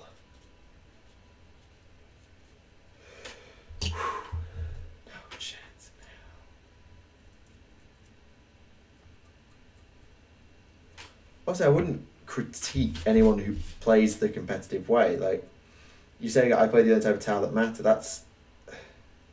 I wouldn't say that. Like, I would never critique someone for playing a particular sept or whatever. It's like, it's all like how you want to play the game. Like, I want to play with using Farsight Enclaves rules because I've thematically built my army to Farsight Enclaves.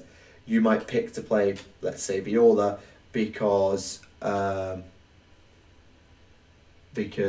of course because it's the most powerful. Fine, that's your choice. I'm not going to stop you. That's your prerogative. I'm not going to have an issue with anyone playing a particular sept because that'd just be dumb. Personally, I think that would just be dumb to...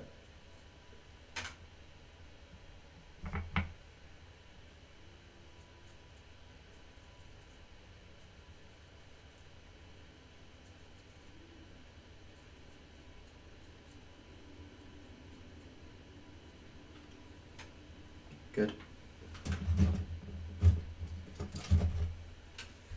Have you remembered to...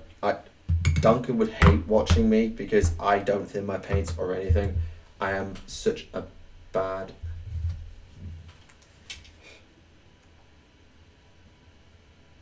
painter.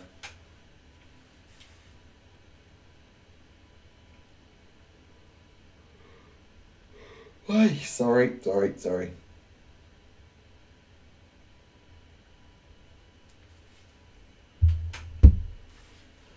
It's probably because they're the only ones I like lore-wise. I don't mind what people play as long as it's good tea and not like the Slanesh types.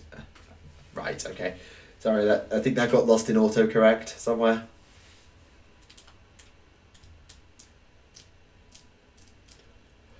Oh, I know what I did miss. I forgot to base coat the little scroll thingamabob. Can't spray because my flat's car park is too close to the building. Yeah. Yeah, I know I'm not welcome I'm not welcome within 50 feet of Duncan for the way I paint. I'm fully aware that I'm not welcome because I am a terrible painter and a shame to the hobby community for the way I paint.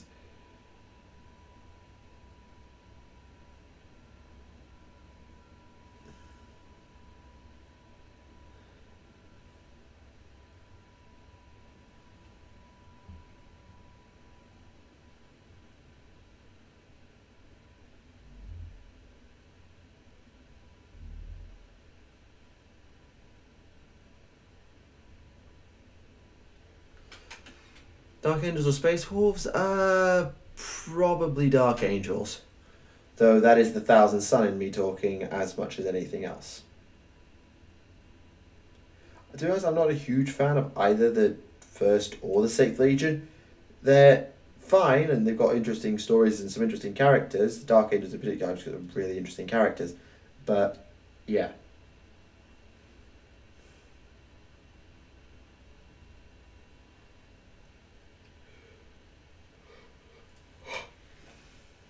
You'd be a saint. No. If I'm ever regarded as saintly for my painting, then no.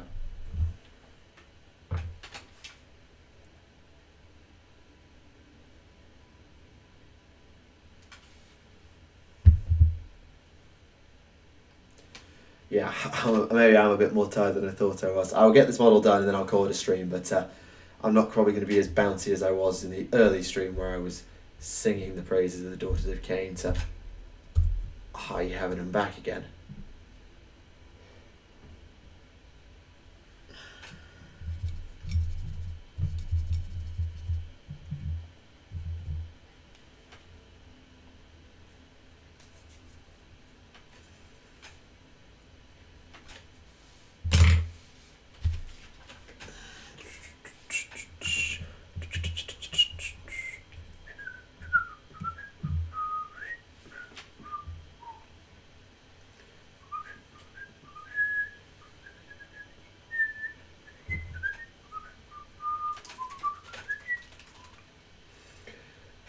In today's edition of pieces I used to play in band that I now can't stop whistling. Also, I need to put my computer on charge.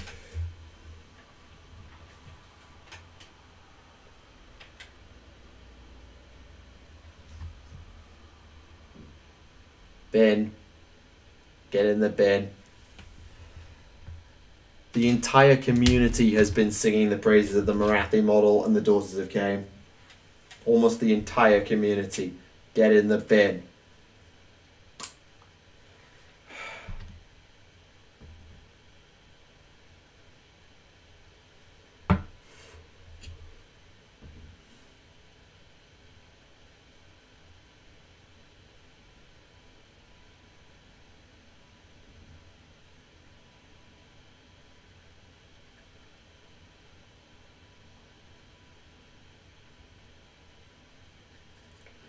Time to replace all the blood for the Daughters of Khaine with blood for the Blood God paint. Yeah, I suppose you could do that. That's an option.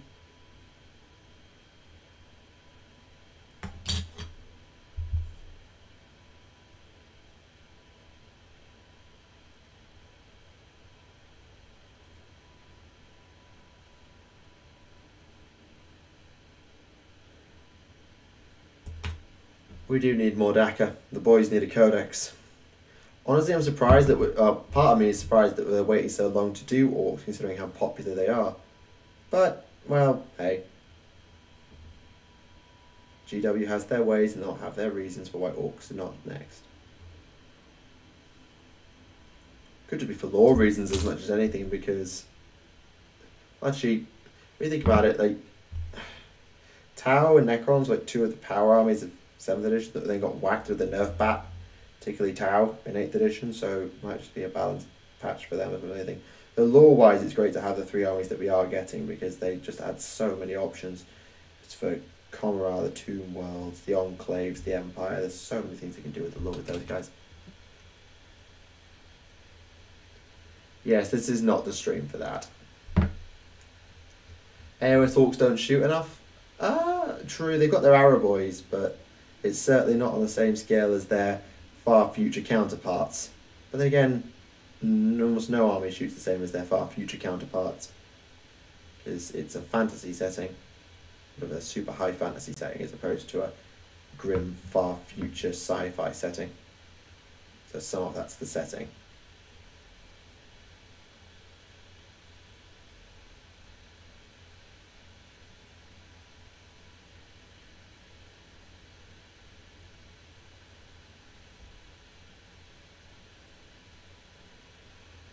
When they release Orc Codex eventually, do you think they'll reference Tactica? I have no idea. They could, but they've got way too many options. Depends on what, like, I thought, last I heard, Tusker had actually gone full chaos, so it's going to be interesting to see what they do and don't put in. We shall have to see, I think, is the best way I can say it. We shall have to see. Actually, I can wash all these helmets in one go.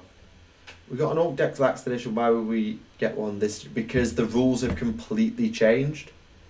We got many armies got a Codex Last edition, but they all need a new one because the new stat line and the entirely new game system means that every army needs updating. So sorry, every army's getting a codex. That's not up for debate. The question is not if, it's when.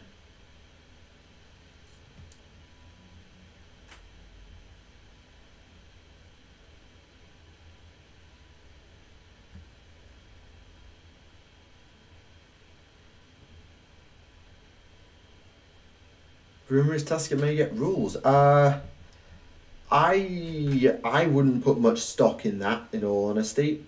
I wouldn't put much stock in that. But I've been proven wrong many, many times. I've been proven wrong many a time, so I can't say it's wrong, but I personally doubt it. AOSD's more Orcs unit types. To be fair, you've got two full factions in the Bone Splitters and the Iron Jaws. There's a few options there, isn't there? I mean, I'm not an expert on destruction. I'll have to admit.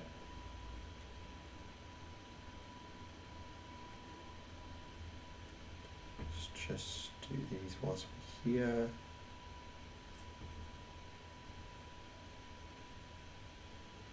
I don't like Zinch Law stuff. I like the changing as a practical joke. Yeah, okay, I can see that. I don't mind Zinch Law wise. I don't mind Zinch. Like Zinch is interesting. In a fun sort of way. It's not my favourite, it's not my least favourite, it's just sort of there.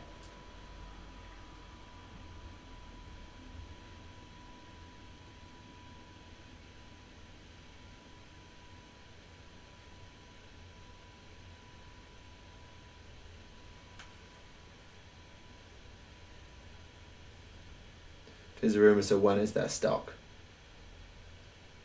The joke about Orc Dex release. Well, maybe it was a joke, but the fact remains that this is 8th edition and every codex needs to be done for 8th edition, so it's kind of a bit of a dead joke. Also, I'm maybe a little bit tired, so I'm not always spotting the subtlest of humour, and that joke is probably best delivered in a sarcastic voice, and that can't be really well communicated over a live stream chat.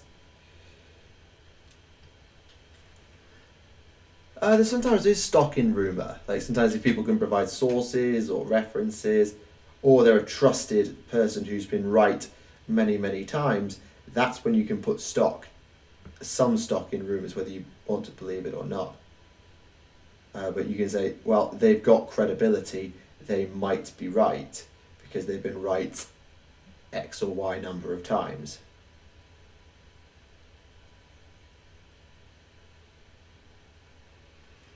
Fallers in 6 unit types with more than half being heroes. Oh. I see the problem now. Because I thought they had like 2 different types of heavy infantry, and they had like at least 1 type of cavalry. Yeah, because I thought they had like heavy infantry, ranged infantry, cavalry, and then heroes, and then the Maw Crusher might have been a separate unit that you didn't have to take a hero for. I'm not, like I said, I'm completely not an expert on destruction, Bone Splitter or Iron Jaw, I'm afraid. I mean, he once put lots of Nurglings on Khorne's throne and that caused a mess. And I wish I hadn't started reading that. Read a message before you finish it.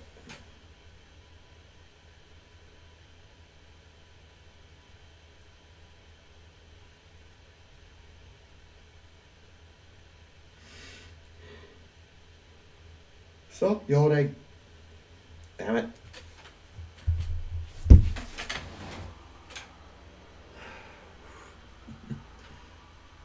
Deary me. Yeah, Orcs have got the Iron Jaws and the Bone Splitters, and it's not Orcs, it's Oryx, technically. I'm being hyper pedantic if I'm going to really make people say that, but they do call them orcs these days, because, you know, copyright reasons and such. And it's close enough that people can just call them orcs and get away with it.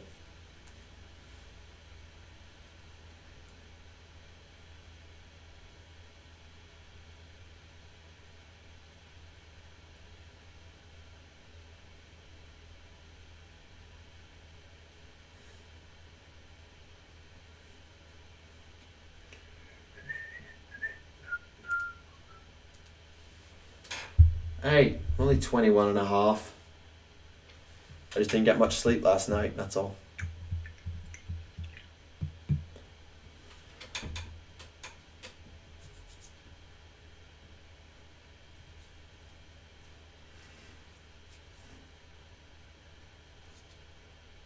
Plus, as we proved on the podcast this week, I'm so young and uncultured. Like, oh, the youth of today is so uncouth, they don't understand 80s references.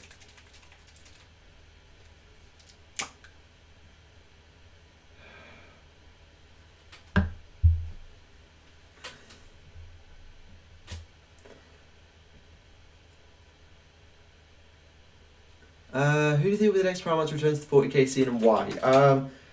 Fulgrim is the... Well, it depends if they want to keep the Loyalist trait at balance. If they want to keep them balanced, it'll be Lion. If they don't, I think it'll be Fulgrim. With a possible Angron as a close second. Like, if they want to keep the balance, it'll be a Loyalist. If they don't, then it'll be a traitor. So, and then from there, it's either going to be Lion, Fulgrim, or Angron. That's my opinion. I'm glad you enjoy Podcastis. We really enjoy making it. Either when it's a good laugh or just a really informative discussion, because it's kind of, it flips and flops between both. I'm just glad you enjoy it. It's always a pleasure.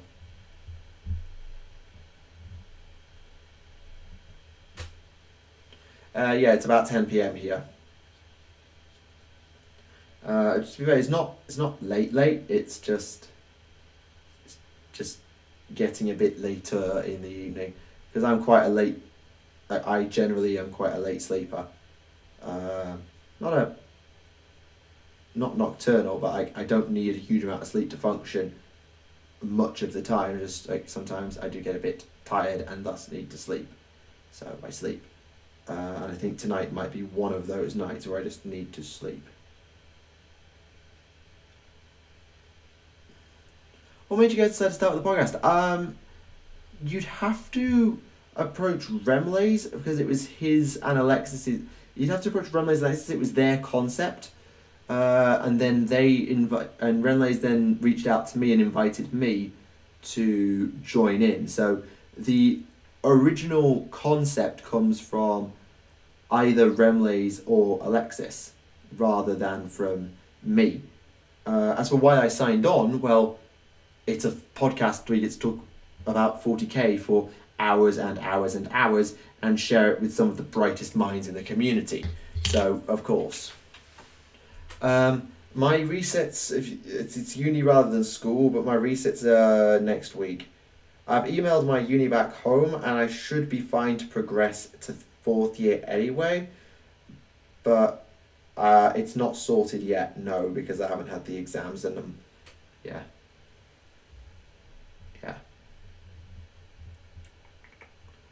It's like Gorkum Walker now, not Gorkum Walk. We hear you, boss. Yeah. What's your favourite bit for the podcast? Oh, God.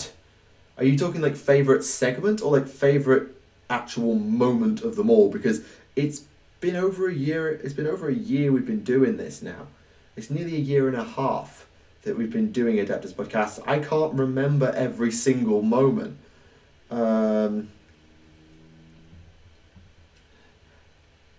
If I had to think of one off the top of my head, a sort of a really good moment, was when we had Thunder Psyker on. It's just a moment that came to my mind that I was thinking about the podcast, and one that comes to my mind is when we rang up Dr. White because he hadn't shown up live on the show. That was back in like episode 7 or something. It was a long time ago. We got White on the show along with Thunder, and Thunder had to ring up White because White was either asleep or otherwise forgot. Yeah. So that was quite funny at the time. But there are some moments that are really, and honestly, the entire episode with Gav Thorpe was just an honor. Like, having Gav Thorpe on Adeptus Podcastus was just, like, our little podcast got a Black Library author on. Like, oh my god. That was just an amazing and really quite a humbling moment.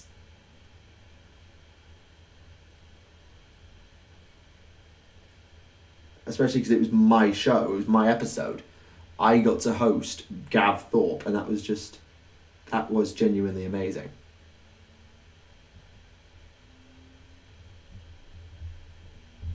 Did Gilliman change the codex? Yeah, I think he's working on it. I don't know all the details of the Codex Mark II, but I believe he is working on one.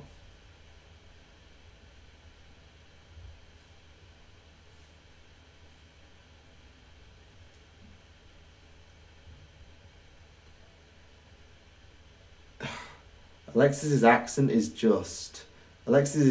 are not amazing. To be fair, none of us are very good at accents. Like, I can't even speak in a French accent in English. I really struggle to speak in a French accent. When I speak in English, it's really difficult. The problem is that I end up talking a bit German. It's a bit stupid. And I'm going to stop now because this is probably horrifically caricatured, so I'm going to stop and never do it again. I don't know if we'll get Gav on again, but we'll be having more members of the Black Library on in future. I'm sure of it. So I suppose it's a case of watch this space and keep your ear to the ground. And if we are going to get a Black Library person on, we'll always endeavour, if we can get them booked early enough, to announce it the episode before to allow you to get questions in for that particular author. How do you get your mods to the GW store? In a box. Yeah, a big ass box. I use my Vanguard Brotherhood box, actually. I do have a carry case, but that's in England. So I just use my Vanguard Brotherhood box. So yes, a big ass box.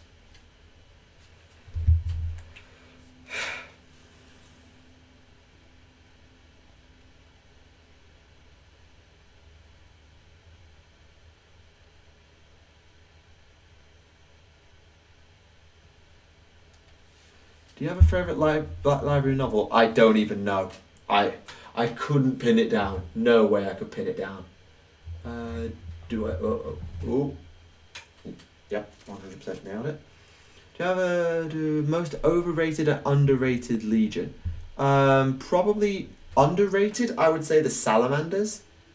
Like, if you dig into their history, like their culture, it's really, really fascinating. I learned it in the Legion series. Overrated? Hard to say. Like, you could argue the Sons of Horus. You might even be able to make a case for, like, some of the other big name traitors, the Ultramarines. There's a lot of, like, maybe, like, leaders you expect to be badass by their 40k selves, and they're just sort of there. No, it is not okay to burn the Loyalists. Not okay to burn anyone. Will you at some point make a video explaining how the 8th edition rules work for all those who never played the tabletop game before? Truthfully, you can pick it up in one game. Like, I could make a video explaining it, but you could literally pick it up in one game. It's really not a complicated system. And I could, but there's so many more people who've done it. Like, I'm sure you could look at, like, Mini Wargaming's probably done it. It's probably a good place you could go. It's like Mini Wargaming, and they'll have done it in, like, lots of little videos. And it would be really useful. And I need a new paintbrush again.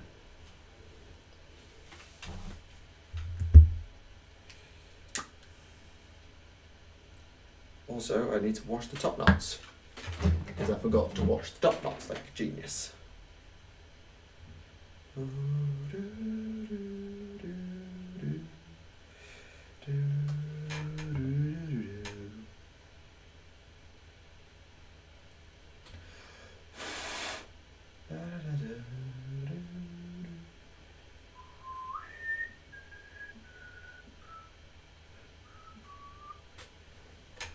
What are the pros of the Salamanders? Their culture is fascinating.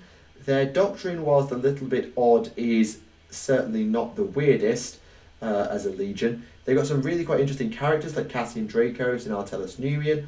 Vulcan, whilst perpetual is annoying, is very good as a character in his own right and a fair old badass. I think you could also say that they developed... Did they develop the Land Raider Redeemer? I feel like they did, but they might not have done. You could just show the example, turn pages from the rulebook and call it a video. That's lazy, boring, and would not appeal to anybody, particularly this long into the edition. I asked because I could read the rules just fine, but I seem to have a problem visualising or learning them. It's, like I say, yeah, it's one of those things, reading it is not always the clearest way, but once you've played with the rules, literally like twice, it does make sense. You will not make huge amounts of mistakes. Largest model I own, Stomper, by a mile. It's absolutely my Orc Stomper. And I don't think I'll ever get a model that can quite compare to it. Ever. At all. Ow. Oh, ow. Oh, shoulder. Shoulder. I mean, I'll probably be getting I've got a dragon, but that's nowhere near. I'll probably get a Star Drake one day. Not even going to be close. Morathi's not even going to be close. I'm not getting a Storm Surge. Yeah. Do you think the most tragic tale of all primates, other than the obvious choice like Mandus and Lorgar?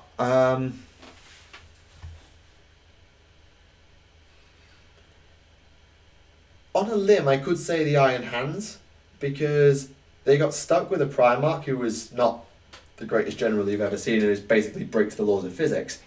And if you look at what Manus wanted for the Iron Hands and what he got, they're just two completely different things. Yeah. Not getting a Manta. And also, yes, battle reports are a good way to do it. Did the Iron Warriors have the best gene seed? I have no idea. I don't believe so. Who had the really stable gene seed? Who had like the best stability for gene seed? I think it was the Ultramarines, actually, or the Dark Angels. It's not arthritis. I mean, if it is, that'll be very shocking for somebody at 21 to have arthritis, and that would be a disaster. But I find it unlikely. Why would I get a Titan? I don't even play Imperial.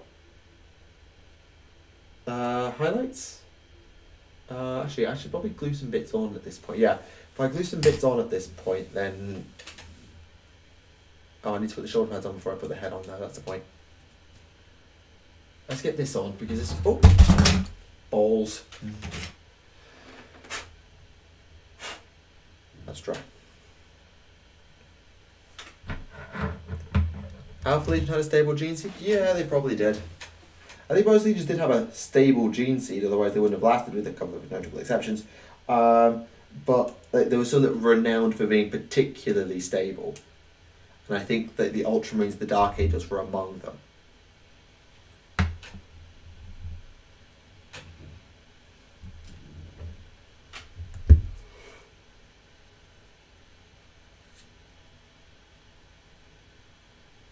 Thoughts on Sanguinius in stasis? Where the heck is that? Oh, that's his corpse, which is kept in stasis on Baal. He's still dead.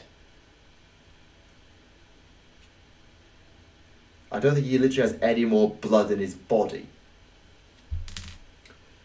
Yeah, but Thousand Suns, yeah, they didn't really use Titans that much. Like, they were a lot more about reconnaissance and their psychic dominance. The Ordo Sinister was so detached from everyone else that, like, it wouldn't make sense for them to have a permanent detachment. Like, the Warlord Titan that they had on Prospero was Spoils of War. That wasn't detached to them. That was Spoils of War.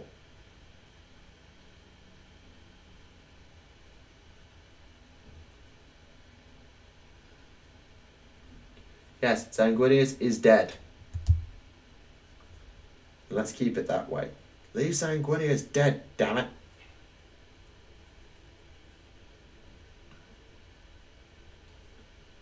There. Then I can get a sort of feel as to what angles I can and cannot do. Okay, I want to go... Yeah, let's go super over that way, yeah. Let's do that. I like that.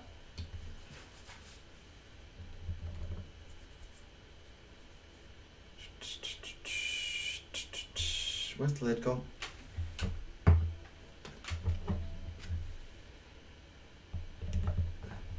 Wasn't saying when his soul obliterated. I don't know if his soul got obliterated by his death at Horus's hand. I just know he dead, son.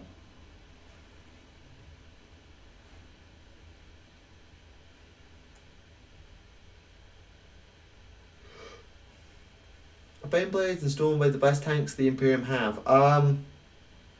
It depends on the role they're needed for.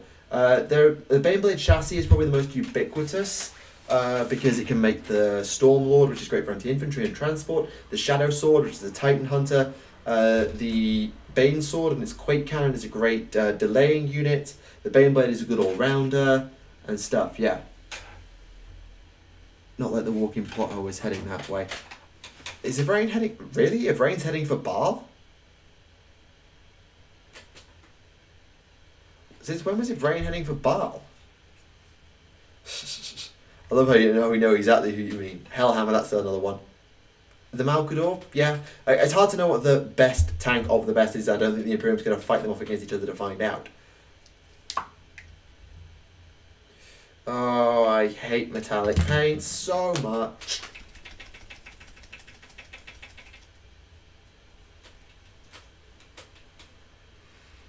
I hate metallic paints with a vengeance, particularly runny ones like gold. It's fucking annoying.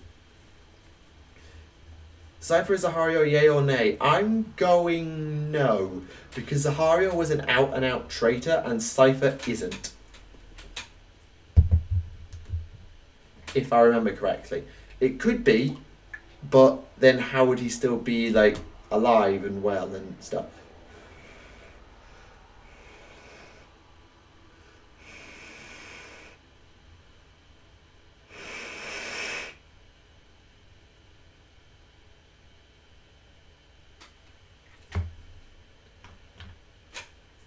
The Astraeus isn't an Imperial, isn't an Astra Militarum tank, it's a Marine tank. Doesn't count.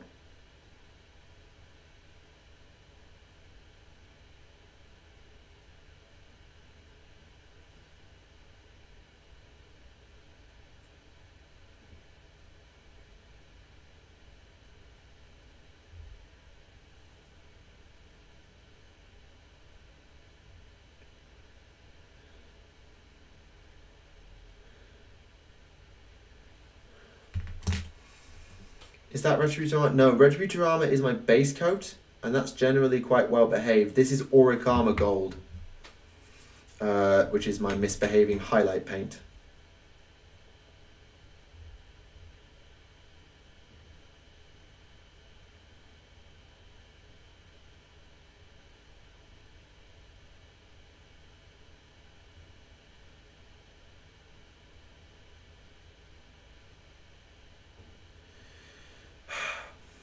Thoughts on the Kharadron Overlords? Very cool, but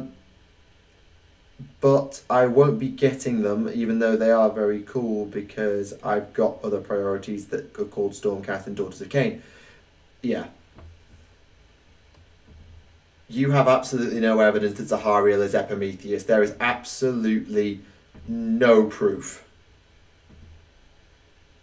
No proof at all that Zahariel is Epimetheus. Who Epimetheus is a complete mystery. That's the point.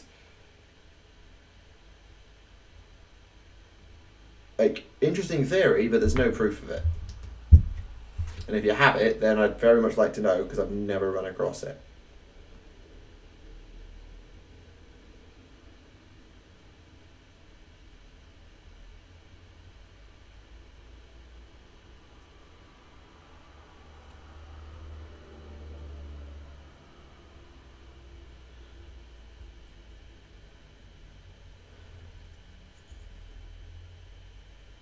I went with Auric Armor because I think it was what was recommended for painting gold for like the Stormcast armor, or it was that or Sigmarite, and I think I just took both. I don't know whether it's the right gold or the wrong gold. It's just metallic paints and me do not get on. We are not friends. We've never been friends, and we will likely never be friends.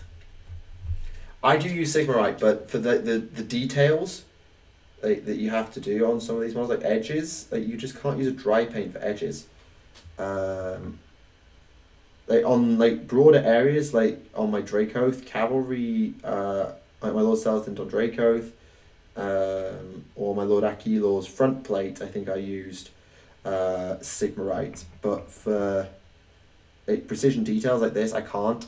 Yeah.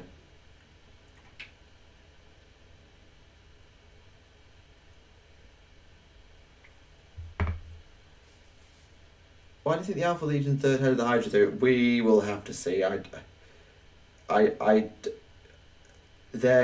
Them having a third Primarch and it just never showing up until now just sounds like BS.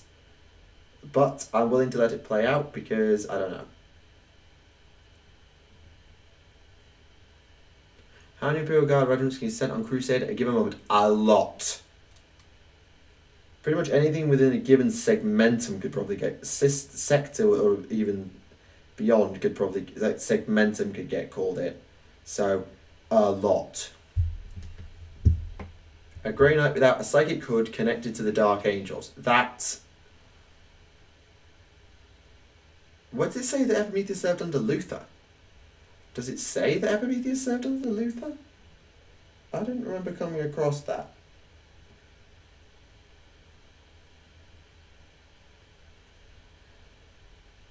I don't remember ever saying that Epimetheus was Luther. Also, Zahario was a traitor, out and out. So why would he be accepted into the most pure order of them all? Alpha Legion versus the Deceiver. It's a Catan. It's going to win if it can. At long range deception, the Deceiver will always win. In a straight out fight, maybe enough Alpha Legionaries could take it down. Why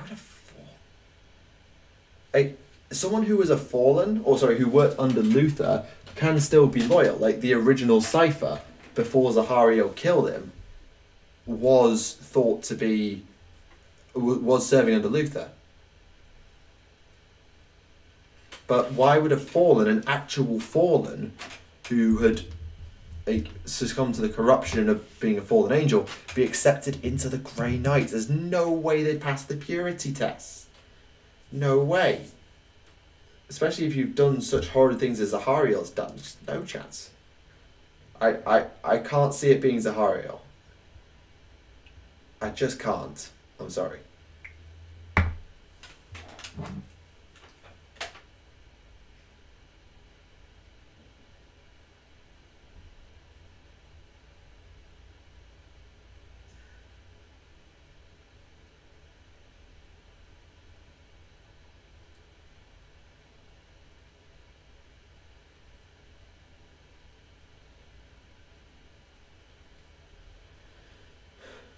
If you could have one question answered in the next book you read, what would it be? Oh God, I don't even know.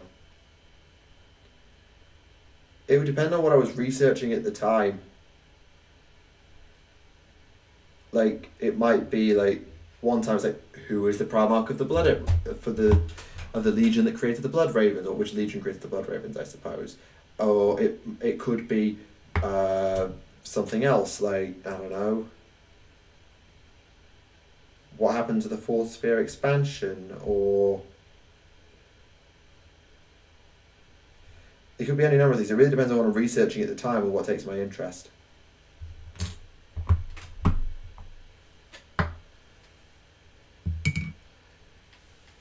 Because the British students and friends are not accommodated. Basically, if you're coming out here on your own, I came out here on my own, and the problem is the classes I'm in are fourth year classes. So a lot of the students already know each other, and so are good friends, and they have their friendship groups. As a result, it's not as easy to integrate into them, particularly if it's your second language and you don't speak it very fluently. Like, I can pass for, I can manage in conversation and get by day to day, but you know I'm not French the moment I open my mouth, even if I'm speaking French. Maybe being British doesn't help because of one reason or another, but that might be just me stereotyping.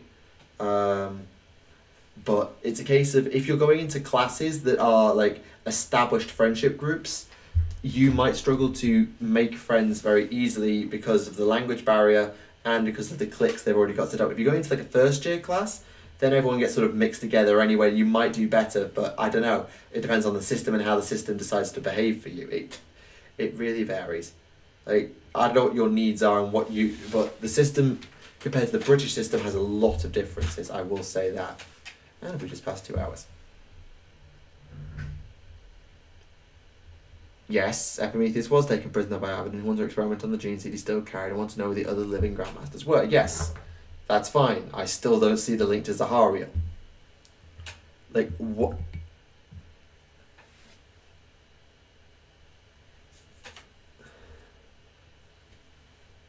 A friendship group is basically a group of people who are friends.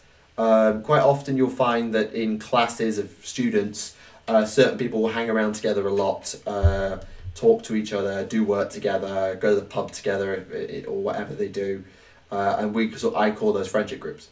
So I can't really say any more or less than that.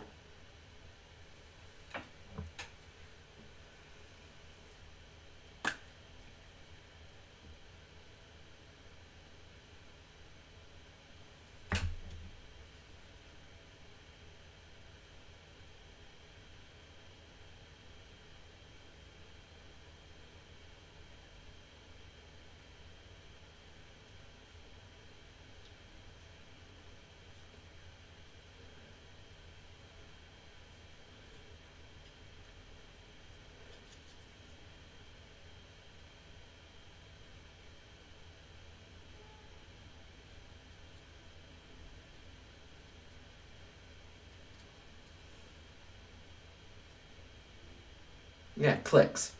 It's not spelt quite like that. It's spelt like clique, as in the French word. But, yes.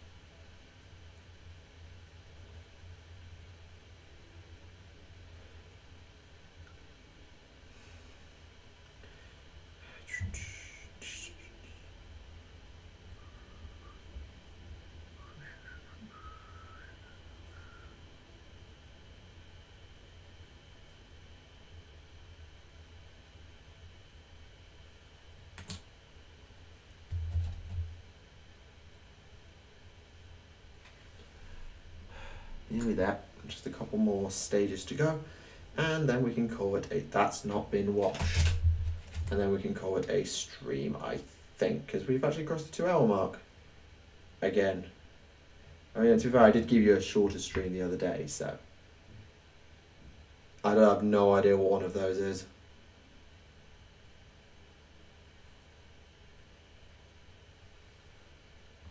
I have genuinely no idea what one of those is. Sorry, can't help you.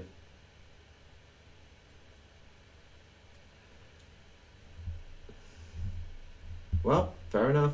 Well, have a good read of that. I mean, to be fair, it does seem like it's quite an intriguing book to read. It's just one of those things, like, I'm not going to get round to it in any particular hurry, unfortunately.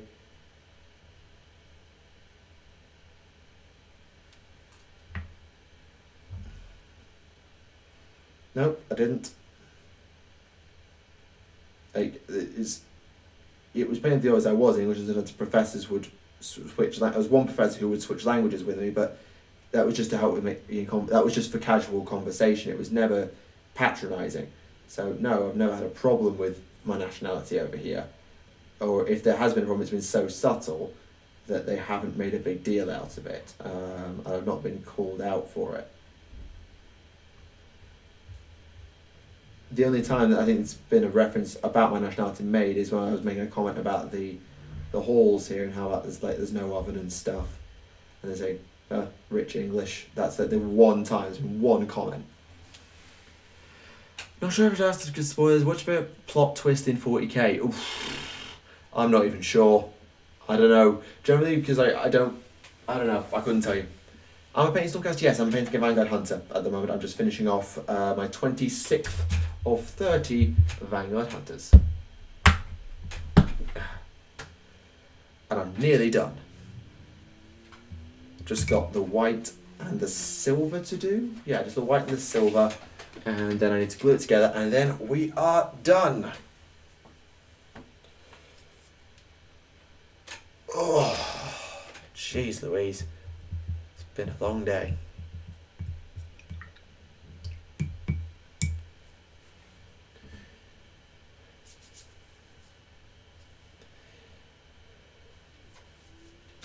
Do I want to do the white as a dry brush? Yeah, I probably do actually.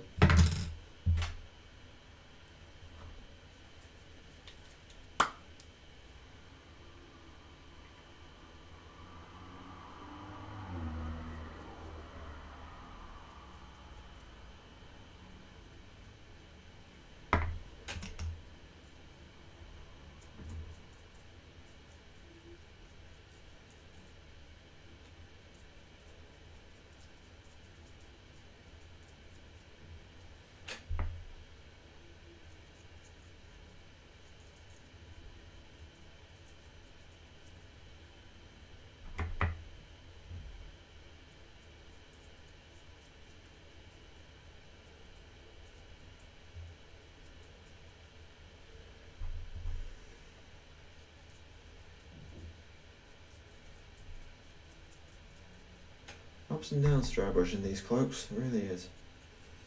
It really is ups and downs to it.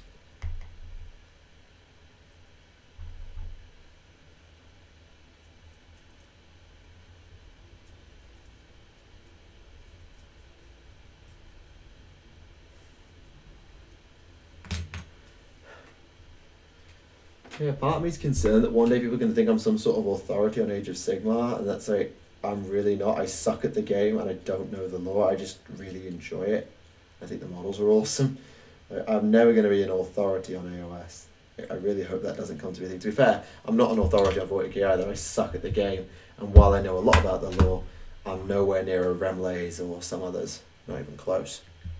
Right, silver, and then I think, ladies and gentlemen, and Xenos of all ages, that we will be done. I just need to actually... There's a bit of the backs of the heads that I need to just fix up.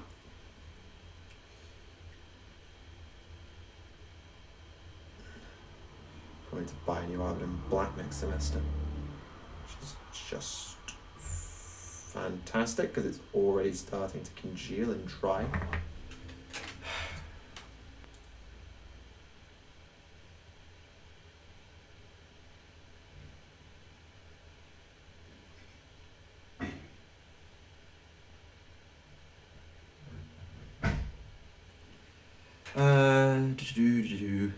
How do you find the gameplay of Sigmar in comparison to 40k? They are actually relatively similar. The main difference is flat hit rolls, flat wound rolls, the way damage is calculated, and double turn would probably be your most noticeable differences, and also the fact you have like command abilities and stuff. Like, it's not unfamiliar to you if you're a 40k player to pick it up and play it, but it's got a lot of nuance hidden beneath it that you'd have to really work at to grasp. So yeah, it's a good system. Is it better than 40k's? I don't know.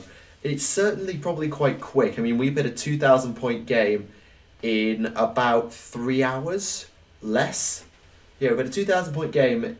The battle report that you saw, actually, that I did a commentary on for Monday, was about 3 hours less. Remember when I went to my local GW store to buy my paints and asked for Changeling Pink? To what paint it was that you don't see that every day. True. Hence why I'd rather enjoy playing a player like yourself rather than some of my competitive friends. Yeah. The problem is, like, if you want to play Age of Sigmar like casually, it's great. Like, it's really good for casuals, but it's great for competitives as well because it's got that nuance. It's decent for narratives because it will also allow for world building once they give us enough world to build on, and they're starting to do that now, which is good. Yeah, it is really, really good, but it is one of those systems that you can, if you know what you're doing, you can do some really disgusting things with it, which is as it should be. You should be rewarded for being good at the game.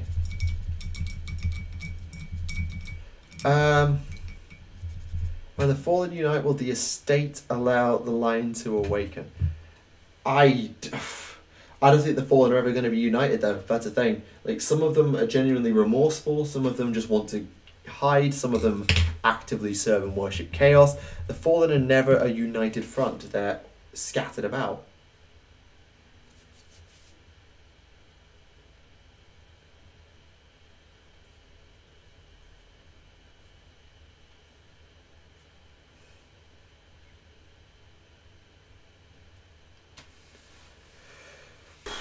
Right, silver. Ah, the Watchers. I thought you meant the Watchers, but I read it as is. And this is the other thing with metal paints. Silvers are terrible for it. They just go watery as hell. They just listen. Just listen to how much that's shaking compared to... What's one of my newest paints? My newest paints are purple.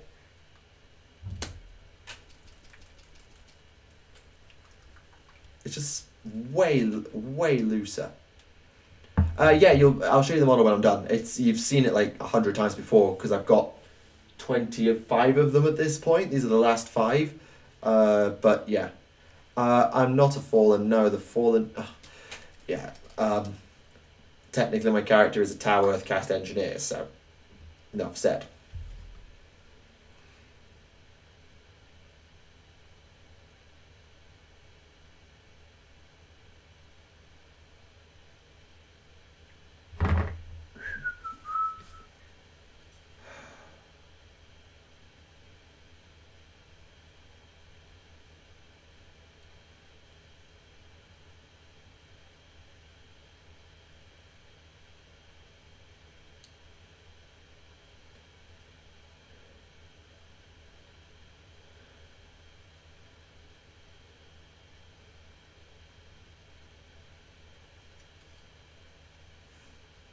No, thanks.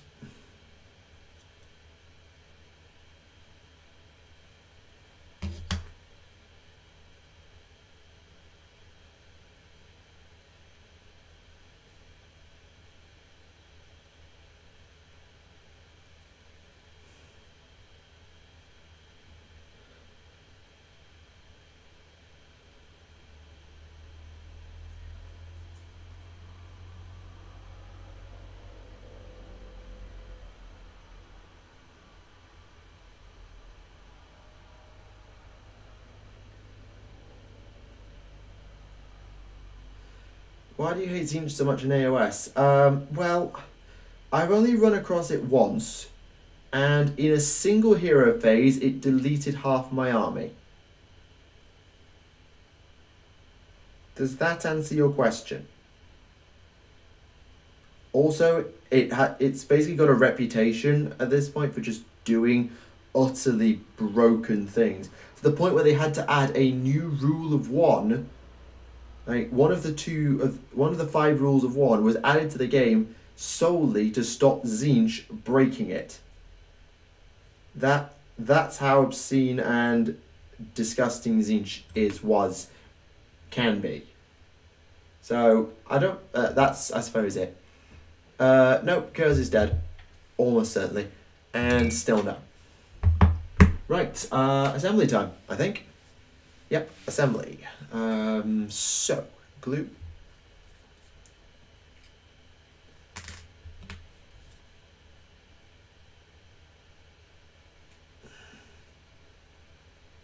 Can you tell us where the channel's going to be? All I can tell you is A Town Called Malice is continuing for the moment. 40k Stories is continuing. That's Podcast is continuing.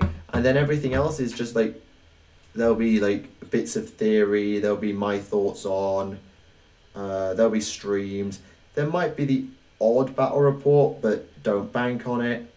I can't really see, and then longer term, the Daughters of Khaine will be joining up. There'll be battle reports over summer, the 40k and AOS. Where the channel's going, I'm just sort of at this point just getting through this year. I can't really say any more than that. Am I getting an intro video? I haven't commissioned one, nor am I skilled enough to make one. So, probably not. I could do, but probably not. It's not top of my to-do list, that's for sure. Because I need either to get a lot better at video editing or hire somebody to do it for me, and I'd need money for that, which I don't really have going in that much spare. I don't drink tea, sorry. The new no-go bits are really nasty. Somebody finally got the joke! God, I shoved that pun down your throats in episode 2 and finally somebody actually comments on the pun. Finally. Finally.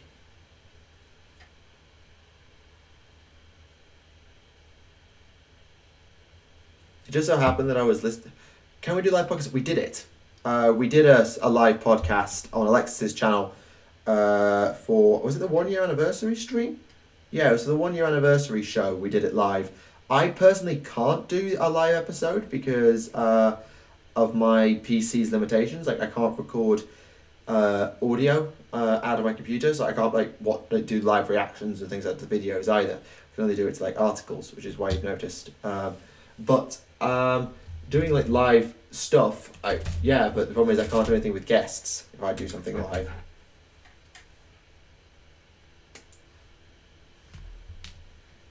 So I hope that answers your question to some extent, and I want one that is pointing.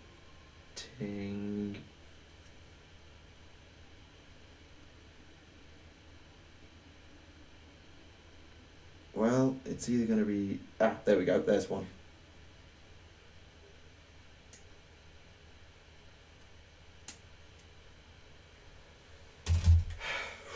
Nearly there now.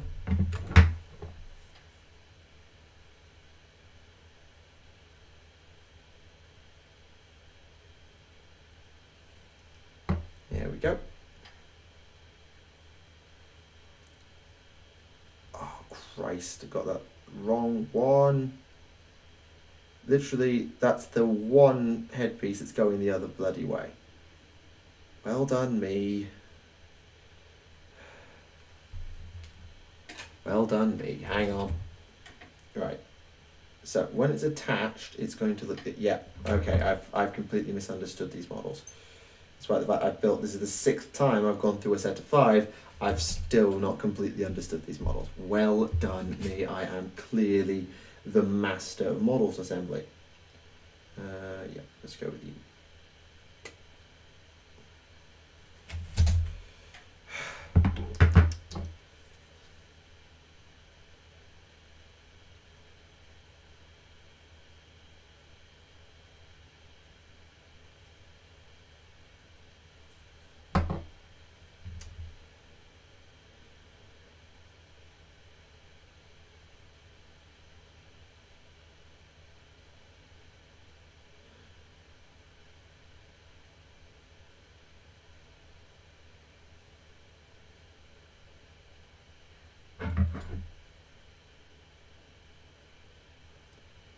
Oh, I've just realised I've got that top chat on and not live, not actual chat, so I might have ended up missing elements of the chat the entire stream. I forgot they changed this, didn't they? Like, it shouldn't change anything, but I forgot that they did that. Sorry, I forgot that was a thing. I don't think it probably mattered much, but if your message hasn't shown up on the screen throughout the stream, or it's shown up in a weird order, that will be why. It's because of the bloody top chat feature, which I completely forgot is just enabled automatically, and it actually slightly bugs me. I mean, it's a bit late that I've noticed this 2 hours and 20 minutes into the stream, but it's good to know for next time that I have to check it. Do you paint the models on sprue without spraying them beforehand? Basically, I assemble what I can, and then some components I do paint on sprue. Like things like shoulder pads, and basically anything I can't glue on initially, I leave off. So things like the shoulder pads, the head and top knot, I have to do them separately because otherwise they obstruct during the assembly process. So I just think, well, I might as well do them in bulk, so I just generally do them on the frame. So, there we go. That is Vanguard Hunter number 26 for the Stormcast Eternals. He's armed with a Storm Saber, because these last 5 are going to be armed with Storm Sabers. They've got 15 with shock hand axes now. Should probably put some of those in the Town Called Malice episode 10, actually, just because, well, I've got a lot of them at this point. Anyway, that guy's done.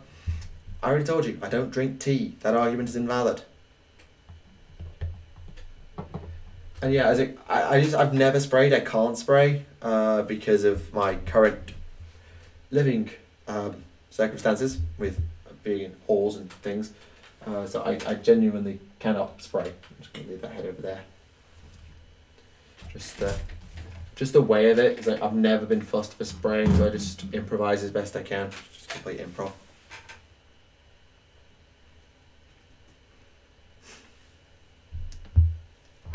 You've tuned in literally right at the end. I'm very sorry, mate. You've literally tuned in as I finish my model, and thus I'm going to be tuning out very, very soon. Sorry.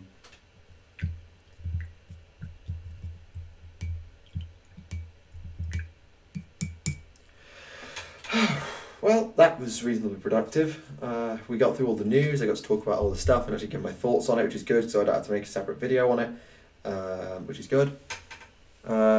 I don't ask me to create a chaos card. I wouldn't even know where to start. I'm no good at it. Nail art compressors.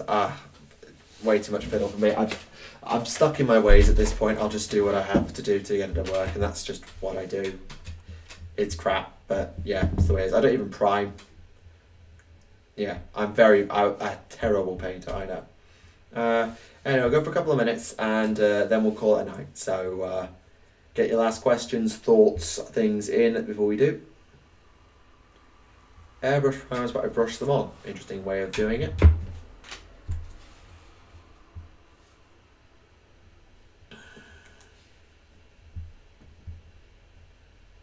Yeah, sorry, just the timing of it. It's like to be fair, I'm streaming much later than usual. Like normally I'd be finished already. Either I'm streaming 8 till 10 French time, or I'm going 10 till 12. As in this case, I started at about 8:30. It's now 11:15. So sorry. You know, I still paint by brush as well. I've never used spray or anything like that. I just do it by hand, which is interesting for some of the really large models. But on things like the Stomper was probably something I could have sprayed. But something like Morathi, it's kind of like Morathi, the Celestin Prime, and Star Drake is going to be really essential that I get all the details right. So I'll want to use a detail brush for like all of it probably.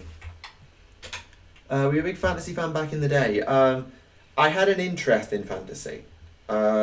I'm not going to say I was super into it, but I had an army, I had the book, so I cared about it enough to have an army, but I wouldn't say I was a big fan of it. Like I was much more into 40k than I was fantasy. It was like a passing interest in Age of Sigmar. Actually, it was the kick to my fantasy system that I needed.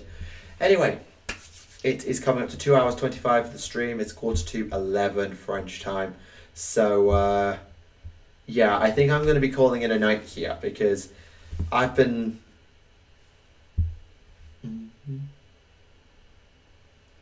my diet's not been great, I'll say that. I don't know what your accommodation's going to be like, but I don't have an oven, microwave, or anything like that, so a lot of the stuff you usually have in England goes out the window, and the fridge is tiny.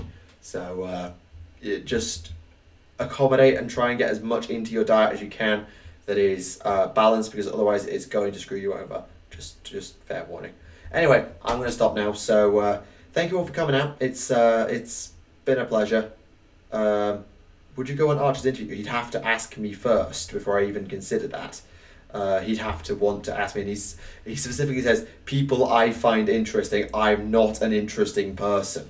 Like, I think the only reason he'd call me up is probably to either call me out on the fact that I like Age of Sigmar, or try and have a lore argument with me, in which case I'd lose and probably look like an idiot, so probably might not be the best thing I wanted to do. But anyway, thank you very much for watching. This has been Tactica Imperialis. I hope you've enjoyed it, and if you're watching in post, let me know your thoughts on the Daughters of Khaine and the upcoming releases in the comments below. Thank you very much for watching, everybody, and good night.